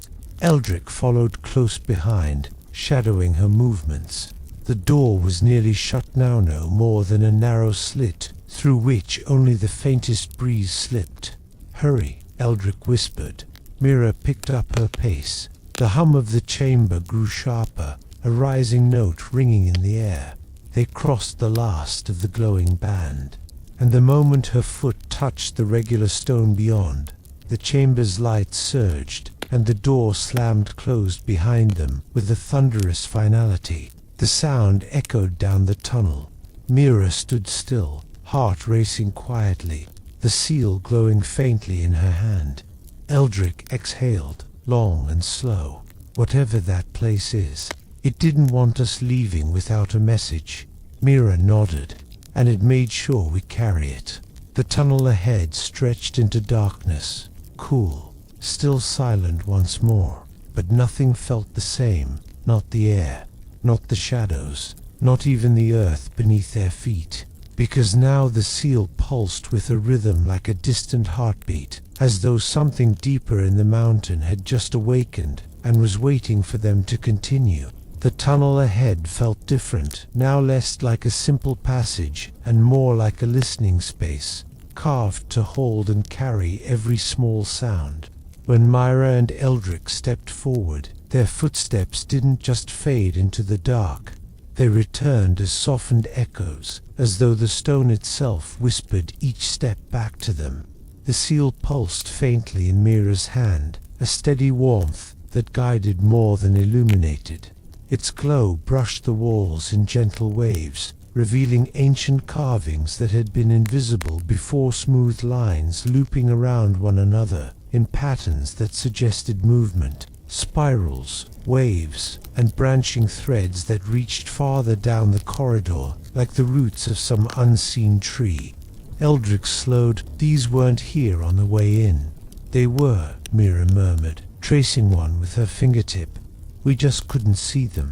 The carvings didn't tell a story in pictures, not clearly. They felt more like a path, an invitation, deeper into something old, patient, and deliberate. As they walked, the air warmed by degrees, moving gently against their faces, as though guided by a quiet breath from somewhere beyond. A low vibration began beneath their feet. Not threatening, more like the soft rumble of distant thunder or the hum of a massive bell resonating somewhere far away. Mira glanced back. The sealed stone door was out of sight now, swallowed by bends in the passage. Ahead, the tunnel widened into a circular chamber, its ceiling vanishing into shadow. At the center of the room stood an upright slab of black stone, smooth and reflective, like a tall mirror carved from midnight, but it didn't show their reflections. Instead, the surface shimmered with shifting silver shapes, soft-edged, unfocused, like the early moments of a dream trying to form itself. "What is this place?" Eldrick whispered. Mira stepped closer. A warning, maybe, or a memory. The seal brightened in her hand, responding to the presence of the black stone. Its rhythmic pulse accelerated slightly, not urgent, but expectant, as though recognizing something familiar. Every line carved on the surrounding walls leaned inward toward the slab, converging like tributaries feeding into a single river. Mira felt the quiet weight of the chamber settle around her, ancient and watchful. Eldrick placed a gentle hand on her shoulder. "We don't know what touching it will do." "I'm not going to touch it," Mira said softly. But the seal in her hand pulsed again, firmer, this time like the nudge of a thought not entirely her own. The silver shapes on the slab drifted, parted, and for the first time, something clear emerged within them. A city, vast, stone towers rising into pale light, bridges, a river glinting like melting glass. But the city was silent, unmoving, frozen, in a moment suspended between past and future. Mira's breath caught. "It's showing us." She didn't finish the sentence, because the image shifted and the city dissolved like dust carried on wind. Eldrick stepped back, uneasy. "Mira, whatever this is, it isn't done." The stone slab shimmered again, drawing them inward with the calm gravity of a tide they could neither resist nor fully understand. The seal warmed once more, preparing them for what came next. The chamber grew still, so still that Mira could hear her own heartbeat echo faintly against the stone. The black slab stood silent at the center, its surface darkening once more, the last fragments of the vanished city dissolving into soft waves of silver. Then the seal in her hand warmed gently, as though exhaling.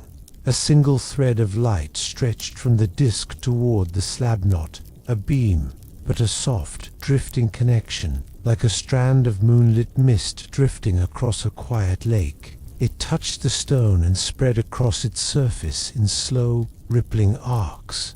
Mira stepped closer, Eldrick beside her, both of them keeping their breaths quiet, as though raising their voices might disturb the delicate balance of the moment. The slab brightened, and then, in the soft silver glow, images began to form again. Not cities, not people, but motion, the rise and fall of tides, forests growing and fading, mountains lifting, then wearing down under the patience of wind, rivers carving their way through stone. The slow sweep of stars across a night sky unchanged for thousands of years. The chamber wasn't telling a story about rulers or wars or vanished kingdoms. It was telling the story of time itself, the quiet cycles that continued long before Mira and Eldrick were born, and would continue long after their footsteps left these halls. The seal pulsed again, steady and warm. Mira understood. "It's not a warning," she whispered. "It's a reminder." Eldrick's voice was soft. "A reminder of what? That nothing we build, nothing we fear, nothing we chase, lasts forever. Not the cities, not the conflicts, not even these halls." She touched the edge of the seal with her thumb. "But the world goes on, quietly, patiently." The slab's glow softened into a gentle twilight hue, like the final moments before dawn. Then the light folded inward, slowly, peacefully, until the chamber dimmed once more. A soft breeze, impossible this deep underground, brushed past them and drifted toward the passage behind.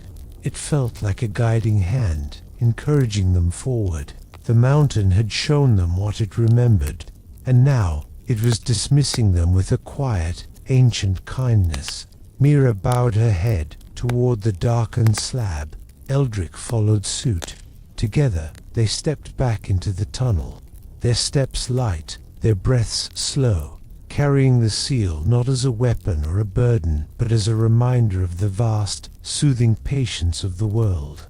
Behind them, the chamber grew silent once more, its echoes settling into the deep rhythm of stone and time. Their journey outward would be long, but the air felt gentler, the shadows less heavy, as though the mountain itself wished them well.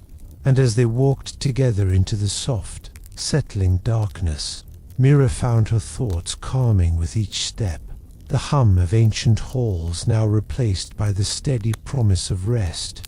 "Thank you for walking so patiently through these quiet halls, for lingering with Mira and Eldrick as the mountain revealed its memories, and for letting the story settle gently around you like evening mist."